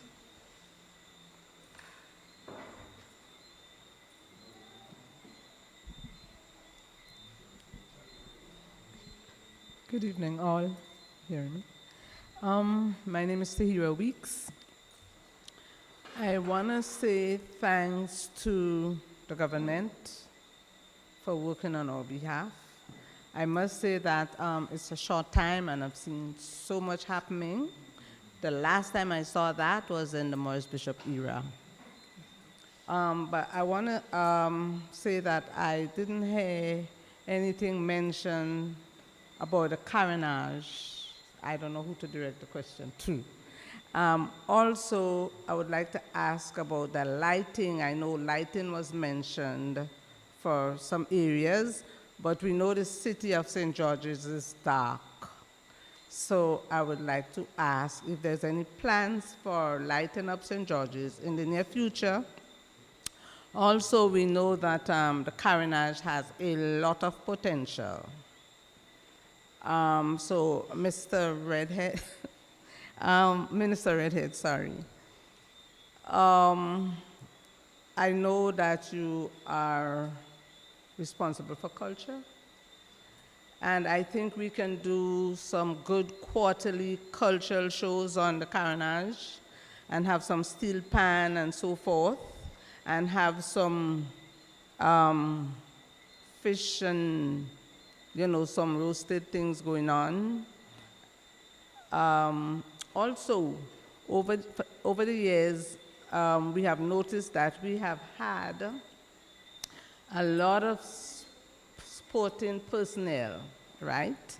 We see them come up at the secondary schools, we see the potential, we see the ability, and when they finish school, some of them, they get scholarship to go off and so forth, but the ones that remain here, we lose them because they have to go to work, and then they still have to go out and compete in the sporting arena. So I often think that if I know we are small, we don't have much resources, but I often think that if we can give some of these athletes and footballers and people that are aspiring to become cricketers, if the government can support them in some way so that they don't have to go out and labor and then still become our pros. We know they become ambassadors when they are successful, and we gain monies out of this because monies come back home. And the next point is that, I forgot to mention that. I want to echo this gentleman's sentiment concerning Wall Street, because I'm from Grandance. I didn't go down the road for 2 weeks, and I went down the road Saturday gone, and I was lost because the transformation was so wow, Thirdly, concerning the health center in Grandance, well, we used to have 1 day for persons to see the doctor.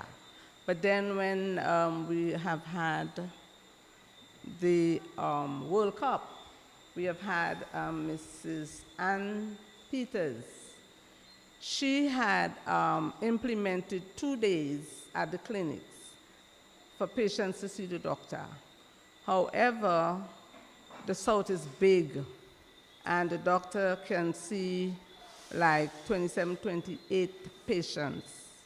And sometimes you are told that, well, we have to put you back for next week because your situation is not emergency, or go to St. George's at the health center. But sometimes, based on the rules that was there before, when you get to the health center, they may look at you and say, but today is clinic day in Grandance, So if our Minister of Health can sometime in the near future or down the road sort of make some adjustments to that. I know, we are sort of a short on doctors and so. Thank you. Thank you very much for your contribution. So we'll have Minister Redhead and then Minister Leclerc. All right. Let me just say thank you very much for the points and questions. And may I ask your name, please? What's your name? All right. Mr. Hira, are you interested in joining the movement to help with the transformation agenda? Excellent, excellent questions. But, all right, lovely. But let me just start off by saying that is part of the plan. The government right now have announced the 50th Celebrations Committee. But as we roll out the preparations for the 50th, this we expect is going to be a permanent feature in terms of how we treat with the beautification and the standards that we have throughout society. So for example, the painting of the different sidewalks at the edges and so on is not just for beautification purposes, just for this period. It's intended to set the standard as to what we will do going forward and how we will continue to develop. Not just slash a red, green, and yellow paint all over the place, but to follow standards and to do it in a clean and pristine way. That's one. Two, as it relates to the lighting specific on the carnage, government has already approved, or at least cabinet, has already approved the specific contractor that will commence the lighting up. I agree with you, the place is too dark. And it's time to shine some light of positivity on areas. The carnage is earmarked, And I agree also with your suggestion, because we could be talking about putting a Fish Friday, so to speak, on the Carnage. There are a lot of trawlers anyhow. There are a lot of men selling fish in any given time. And maybe what could help is an actual Fish Friday, which can spur economic activities on the Carnage. So this is something that we could consider. As it relates to sports, we have only just drafted, well, at least complete the draft of the incentive package for our athletes. So let me say this. Throughout the years in Grenada, part in the challenge is that a lot of our athletes are doing well, but the incentive package for them to continue and to rise to the professional level has not been there. So what we have done was to rank the different performances at the different events and assign a specific package. It's not all going to be cash, nor is it all going to be parcels of lands. Because in the past, we used to just get nice and say, give a man a land when he do something, but we didn't make the provisions for it. And we have seen a lot of that when we came in. So it's a challenge that we discovered, but we are solutions oriented. And I've since put the mechanism in place to create the incentive package. So we do have that, and we are going to look forward. Certainly next year is an Olympic year for athletes, and we expect the likes of Lyndon Victor, Kirani James, Anderson Peters, and the likes to do very well. And therefore, we have budgeted the necessary allocations in the event that they do, that we can compensate them as they perform. So that is already included in this draft budget that the ministry submitted to the Ministry of Finance. Thank you. Thank you, Minister, for that. I'll take two more. Ms. Weeks, right? I just wanted to say thank you very much for the suggestion, and from a medium-term perspective, we will take it into consideration. Okay? Okay, I'll take two more questions. There's a gentleman with a red cap. I'll take him, and then, of course, I'll take my... Okay, so there's three more. So we'll take the last three, and then we'll do wrap up. Okay, I'm John Amir. Tempe over the years seems to have been totally neglected. And we trust at this time now that we will get something. Now there is a structure that has been built to accommodate it's a changing room and a toilet facility. We're asking that that place be demolished and give us a better structure, and is more to the eastern end. This is totally no good. And there is a drain right at the top of the playing field. Takes the water from the road right down to the far end of the field. It's a haven for mosquitoes and frogs. And it was never built properly. There is always water settling in that drain. The next thing, there is a step on the southern end of the field that is going to the bridge. That step was constructed with wood, and right now it's deteriorating. The secondary school did some work recently, but it's no good. There's a piece of road also right in that area, a byway. We've been asking for that road. Well, I have been asking for that road a long time. Much promises, nothing. The next point, lower down Tempe, by the old cook factory. There is a old structure that was given to the community by W.E. Julian through Sir Eric Gary for the use of the community, and that was the old pan house for River Road pan. It's no longer in use, so I'm asking if something could be done with it for the people in Tempe. And finally, cannot say everything, our public library, for some strange reasons, has been closed down, shut down all our libraries. And we are asking that these libraries be restored to the general public. Okay, also on top of the said library, we have a challenge on top there. There are a lot of loose tiles on top of the building. I reported it to two ministers. I wouldn't mention anybody in it. One came the second time, and I had him taking photos, and that is opposite to Hubbard's building. And this tile could fall on at any time, hurt people, damage vehicles. And there's a piece of galvanized above the window. It's always flapping. So I'm asking, please, that something be done as soon as possible. Thank you very much. Thank you, thank you. I would be quick in the interest of time, so let me just say, as it relates to Tempe playing field, it's going to be renamed to the Sampat playing field. Sampat was an excellent cricketer from the community of Tempe and an excellent Grenadian cricketer, regional cricketer, and performed well in that state. We have looked at the issues with the drains. Now, part of the problem is that when you fix one area, it affects the other. So the Ministry of Works will have its task cut out to be able to do the assessment around the area. Ultimately, our plan and goal is to ensure that we do not have any flooding taking place that will affect the schools and that will affect the commuters when going to and from the specific area. So that is being worked on. I can tell you, I could take it to the bank and cash it, just to borrow a line from our Minister of Health in the campaign days, that road that you spoke of below the playing field is earmarked to be done and will be done, so help me God. So I can tell you, Tempe is not a forgotten community. We have some work to do there. We know about it, but a hurry bird never builds a good nest. And as such, we have taken the time and effort to sit and properly plan out our strategies as to the projects that we will pursue.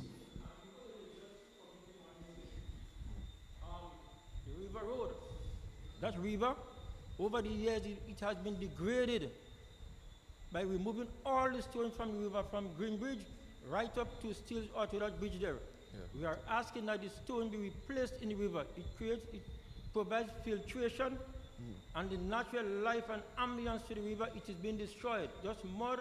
There was a time when trees, mud and bush had occupied most of the river, and a little stream on the side of water running. And it's destroying as much things as possible. Please let us see that those stones be returned to the river. Thank you very much. Thanks. So I'll certainly pass that on to the team at Climate Resilience, and the Ministry of Finance and Infrastructure can look at it. Minister of Health, you had to. Okay, so we'll have the question from my friend there.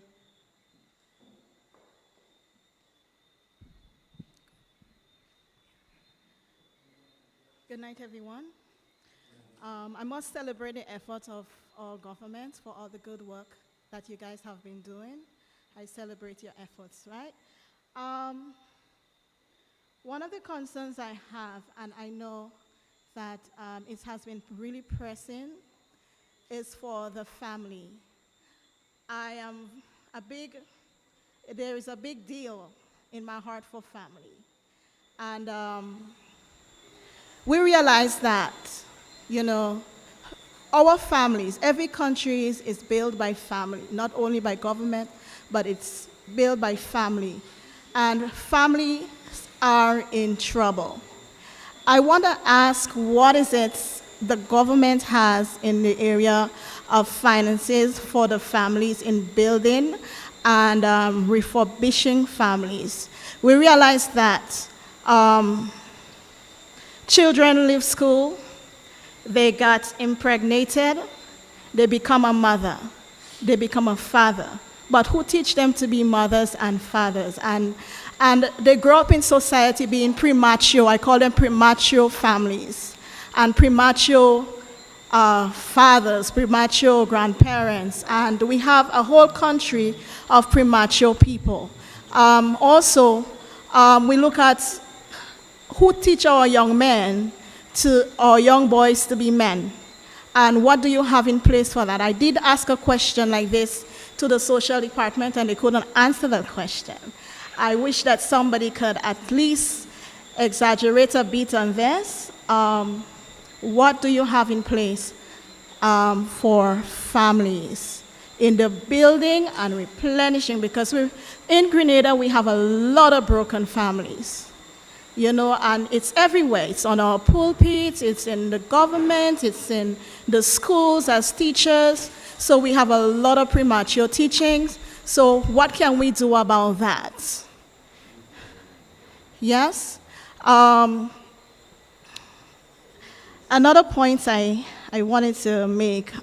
I love history. And yeah, very brief, very short. History.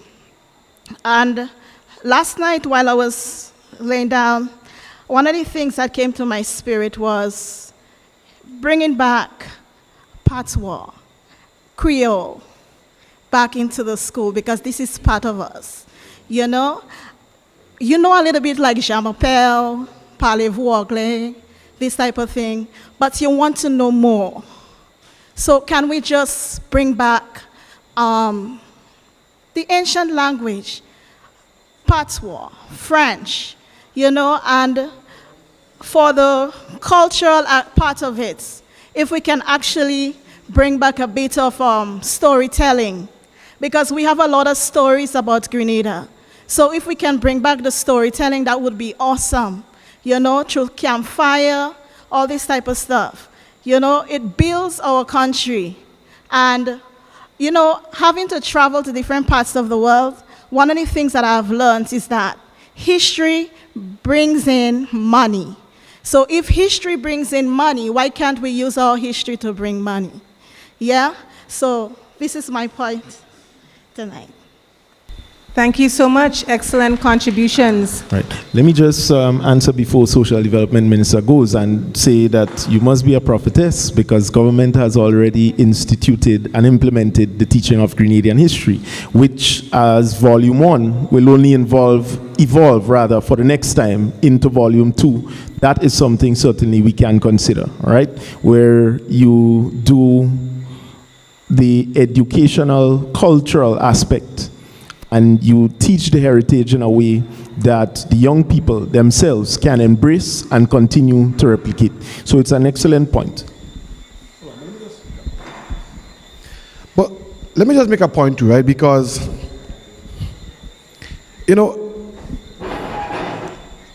I see a trend where everyone is sitting back and is waiting for the government to fix everything. For example, I remember traveling to Canada, first time, walking down the road. I tell a man morning, he watched me like if I'm crazy. But it's like we in 2023, and it's like you could do that in Grenada and just get away with it. People will just pass you straight, not even till the morning, right? And it's like nothing.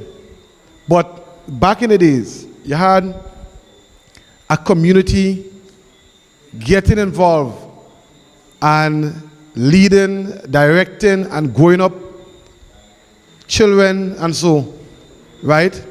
But now it seems like if now we just let it go, and children are glue onto this, and they learn all the North American culture, and our way that we had before, it's been lost. And then we watch to the government and say, hey, fix it.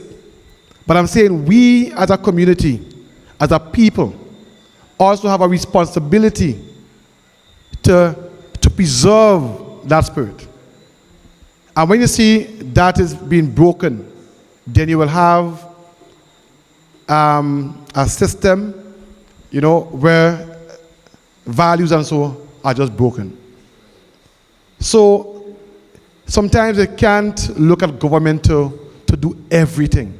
I think what we can do is to, and that's why I try to have activities and so, like community activities, where the old can mix with the young, and you can learn values and so, because what you have is like, and even in my constituency, you have places like Montu, like Valley, right, that have a high youth population.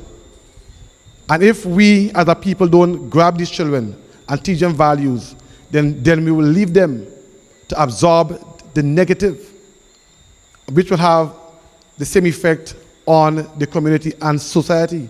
So I'm saying, folks, that we need to take responsibility also, not leave everything up to the government, basically. Thank you.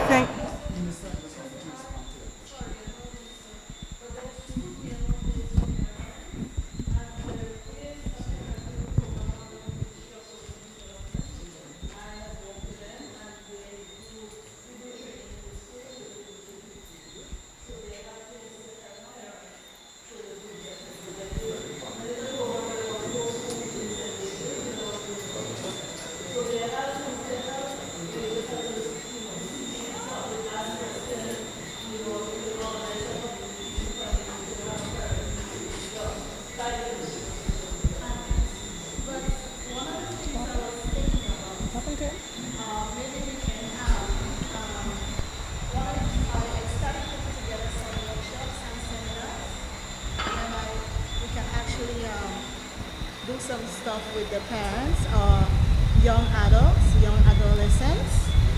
Can you speak into the in mic? Building and providing them this type of stability, you know. But I think that besides having to sit in the offices at the botanical garden, one of the things I would suggest to the social department, if they can actually go out to the field a little bit more and actually try to have a one-on-one or so interaction with the people to actually weigh out to see where they're at, you know?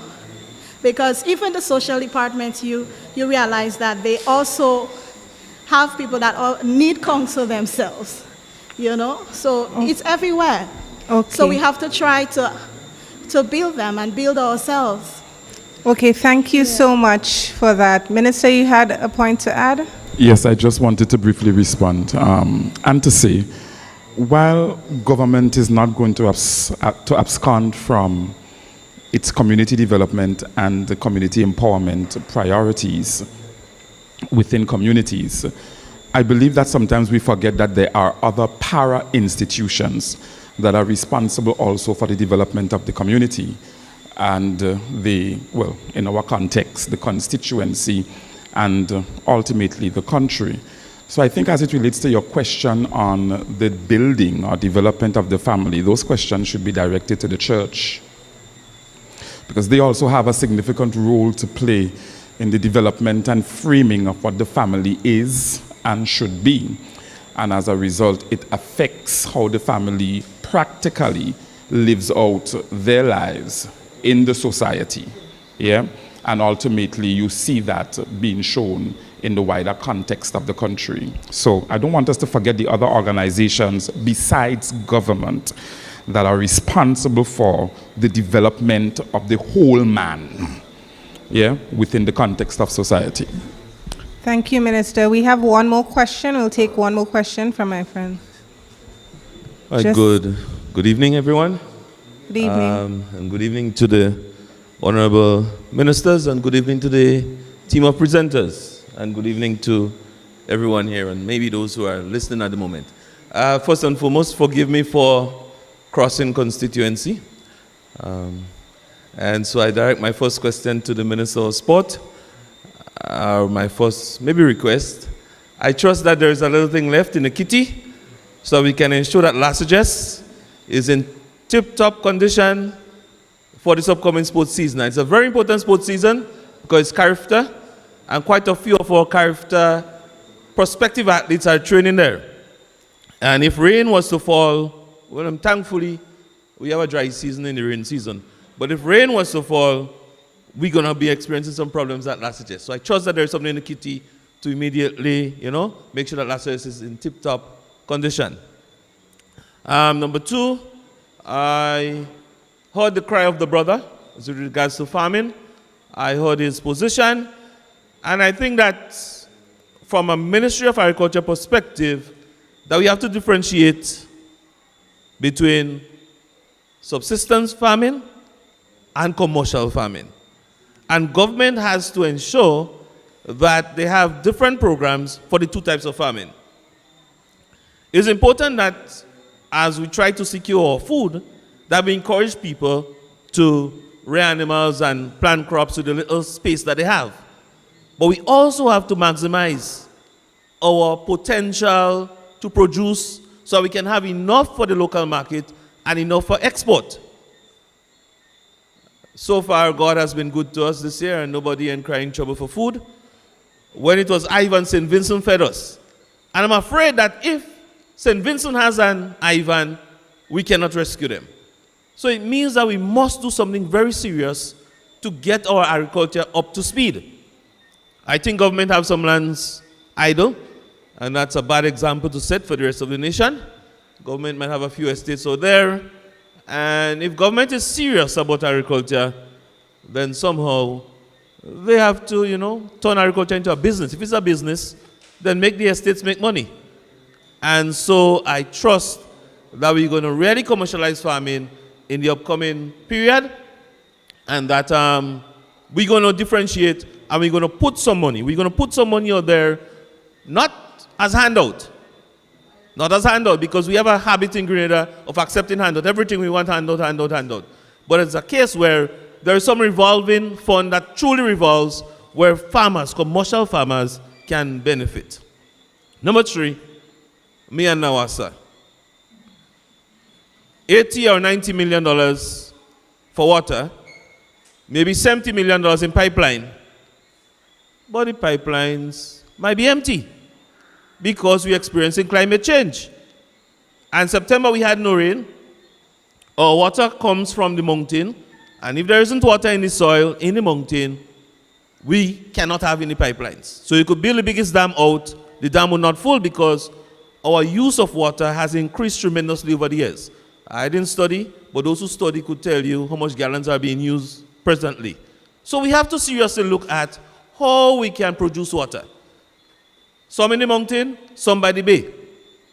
Desalination may have to become a priority for us in Grenada because the water is not staying in the mountain. It's going down to the bay rapidly. Flash floods every time rainfall. That means that the water running off. So I trust that the policymakers will look into that to ensure that we find sustainable ways for our water. Thank you, and good night to all. Thank you very much. So I would just like to thank... No, let me just deal with the water, right? And I agree with you with the water. But as I said before, we're looking at it from street standpoint. Number 1, increasing the capacity at a dam. Number 2, strengthening the infrastructure that leads to your home. But I don't want you to forget number 3. Number 3 is rainwater harvesting, right? Because I think it was Monday we were in cabinet. I heard a lot of rainfall. But what did we do to capture it, the water, right? So what happened is goes on your roof, through your spouting, if you are spouting, in the ground, and it goes out into the sea, right? Now, if we try to do more rainwater harvesting, that can ease the pressure on Nawasa. It can ease the burden on you. It can ease the burden on your bill also. So I don't want us to forget the rainwater harvesting. When Kairouku build, they build with a system with in mind that they want to encourage rainwater harvesting. But in Grenada, we take it for granted because we can get water from Nawasa all the time. As a matter of fact, in Kairouku, they rather the rainwater than Nawasa water, basically. So we have to start doing more rain harvesting, and we have a conference tomorrow, which is just going to promote that. So I don't want us to forget the rainwater harvesting. That is very important. Just one backtrack. Rainwater harvesting increases the value of your house, which increases your taxation and your expenditure. So therefore, you have to help us out on that one. Okay, thank you very much. Just to sum up some of the points that we've made here tonight, particularly my friend's last contribution, which is about the diversification of the production of water. Certainly, Minister Williams would have highlighted rainwater harvesting as one of the ways that we can diversify the production of water. Quarterly shows on the Carenage, which was a very exciting recommendation that came from the audience today. The preservation of culture, specifically the one that dealt with patois. I think that's an excellent suggestion. And I was going to ask you, if it is possible, if you're very fluent in patois, if you could probably be someone that can spearhead that initiative, because I think it's an excellent one. Lighting of the town of St. George, greater support to the career shaping of athletes. We also had the promotion of rainwater foresting, fines to be attached to trees that are close to the road. That was interesting. Certainly we're going to look at that from the perspective of physical development. Gender-specific budgeting was another one that was highlighted, and grassroots sporting program in Grenada to support sport and development. I think these were very excellent points that came out from tonight's engagement, and I want to thank you all for coming, for being here with us, for exploring these challenges, making suggestions, and so forth, which would contribute ultimately to Grenada's development and your development as citizens of our nation. I want to thank Minister Honorable Ron Redhead, Philip Telesford, Andy Williams, and Minister Lacrette for joining us today. We had a very big host. We had persons from various ministries, so really you could have thrown out any question and they would have been sufficiently capable of answering them. So I want to thank them for being here. It really means a lot to us from the Ministry of Finance and of course to the audience here and the people of Grenada. So thank you. Do we have any? That's okay. So no comments? All right. So before we go, Ms. Street, I don't know if you can give us a closing prayer.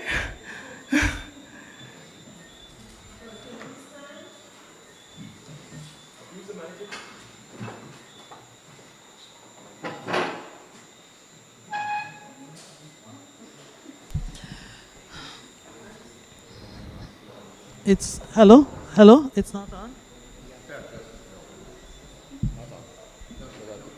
Hello? Yes, it's on. Okay, good. Let's just close in prayer. Heavenly Father, we thank you for a fruitful evening. We thank you for keeping us here. We thank you that as we go, that you will give us traveling mercy. Be with us all. In Jesus' name I pray. Amen. Amen. Thank you again and have a good night. Thank you.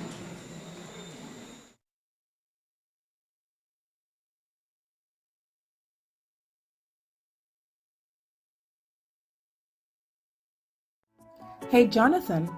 Is that the Permanent Secretary of the Ministry of Finance? I wonder what they've got in store for us for next year's national budget. Come on, let's go find out. Hi, Mr. PS. How are you?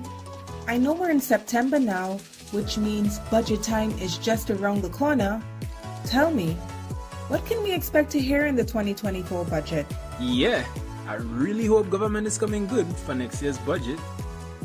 I must say how super excited I am by your interest in this important aspect in our nation's governance. As you know, the budget is more than just a set of numbers. It involves deciding how much money goes into the various sectors, such as education, skills and training, health care, tourism, agriculture, housing, social services, etc. Because we have to meet the needs and priorities of our nation. This is referred to as the allocation of resources. The question, therefore, is what areas do you believe the 2024 budget should focus on? I think the government should prioritize education and skills training for sure. Healthcare and job creation should be top priorities too. I think more can and should be done in those areas. Well, it seems as though the two of you have been secretly advising the government. Only recently, the Cabinet approved several strategic areas of focus for the upcoming budget. These include education and skills development, health and wellness, economic growth and job creation, agriculture, food security, and the marine industry, just to name a few. Sounds good. But how is government going to finance all these various sectors? I hope they're not going to introduce additional taxes. Public finances are expected to remain solid next year. I don't foresee any new taxes, but I do not want to speak out of turn. We will just have to wait and see what is presented later this year by the Minister for Finance. Okay, PS, but we do hope you will put in a good word for us. We really can't afford to pay for new taxes right now. That's a good point. Things are still a bit tough, even if the economy is recovering nicely. Yes, the economy is recovering nicely. In 2022, we had strong growth of 7.4%, and based on our preliminary projections, 2023 is shaping up to be another year of robust growth. We estimate that the economy will grow by 6.5% in 2023. The construction, tourism, wholesale and retail trade sectors are the main drivers for this growth. Government revenues are also doing very well. Collections from tax revenues have grown by 21.7%. Next year is shaping up nicely too. The outlook is favorable for continued economic expansion and the strengthening of public finances. From all accounts, the economy is being managed well, despite the risks. These include an uncertain global economic environment.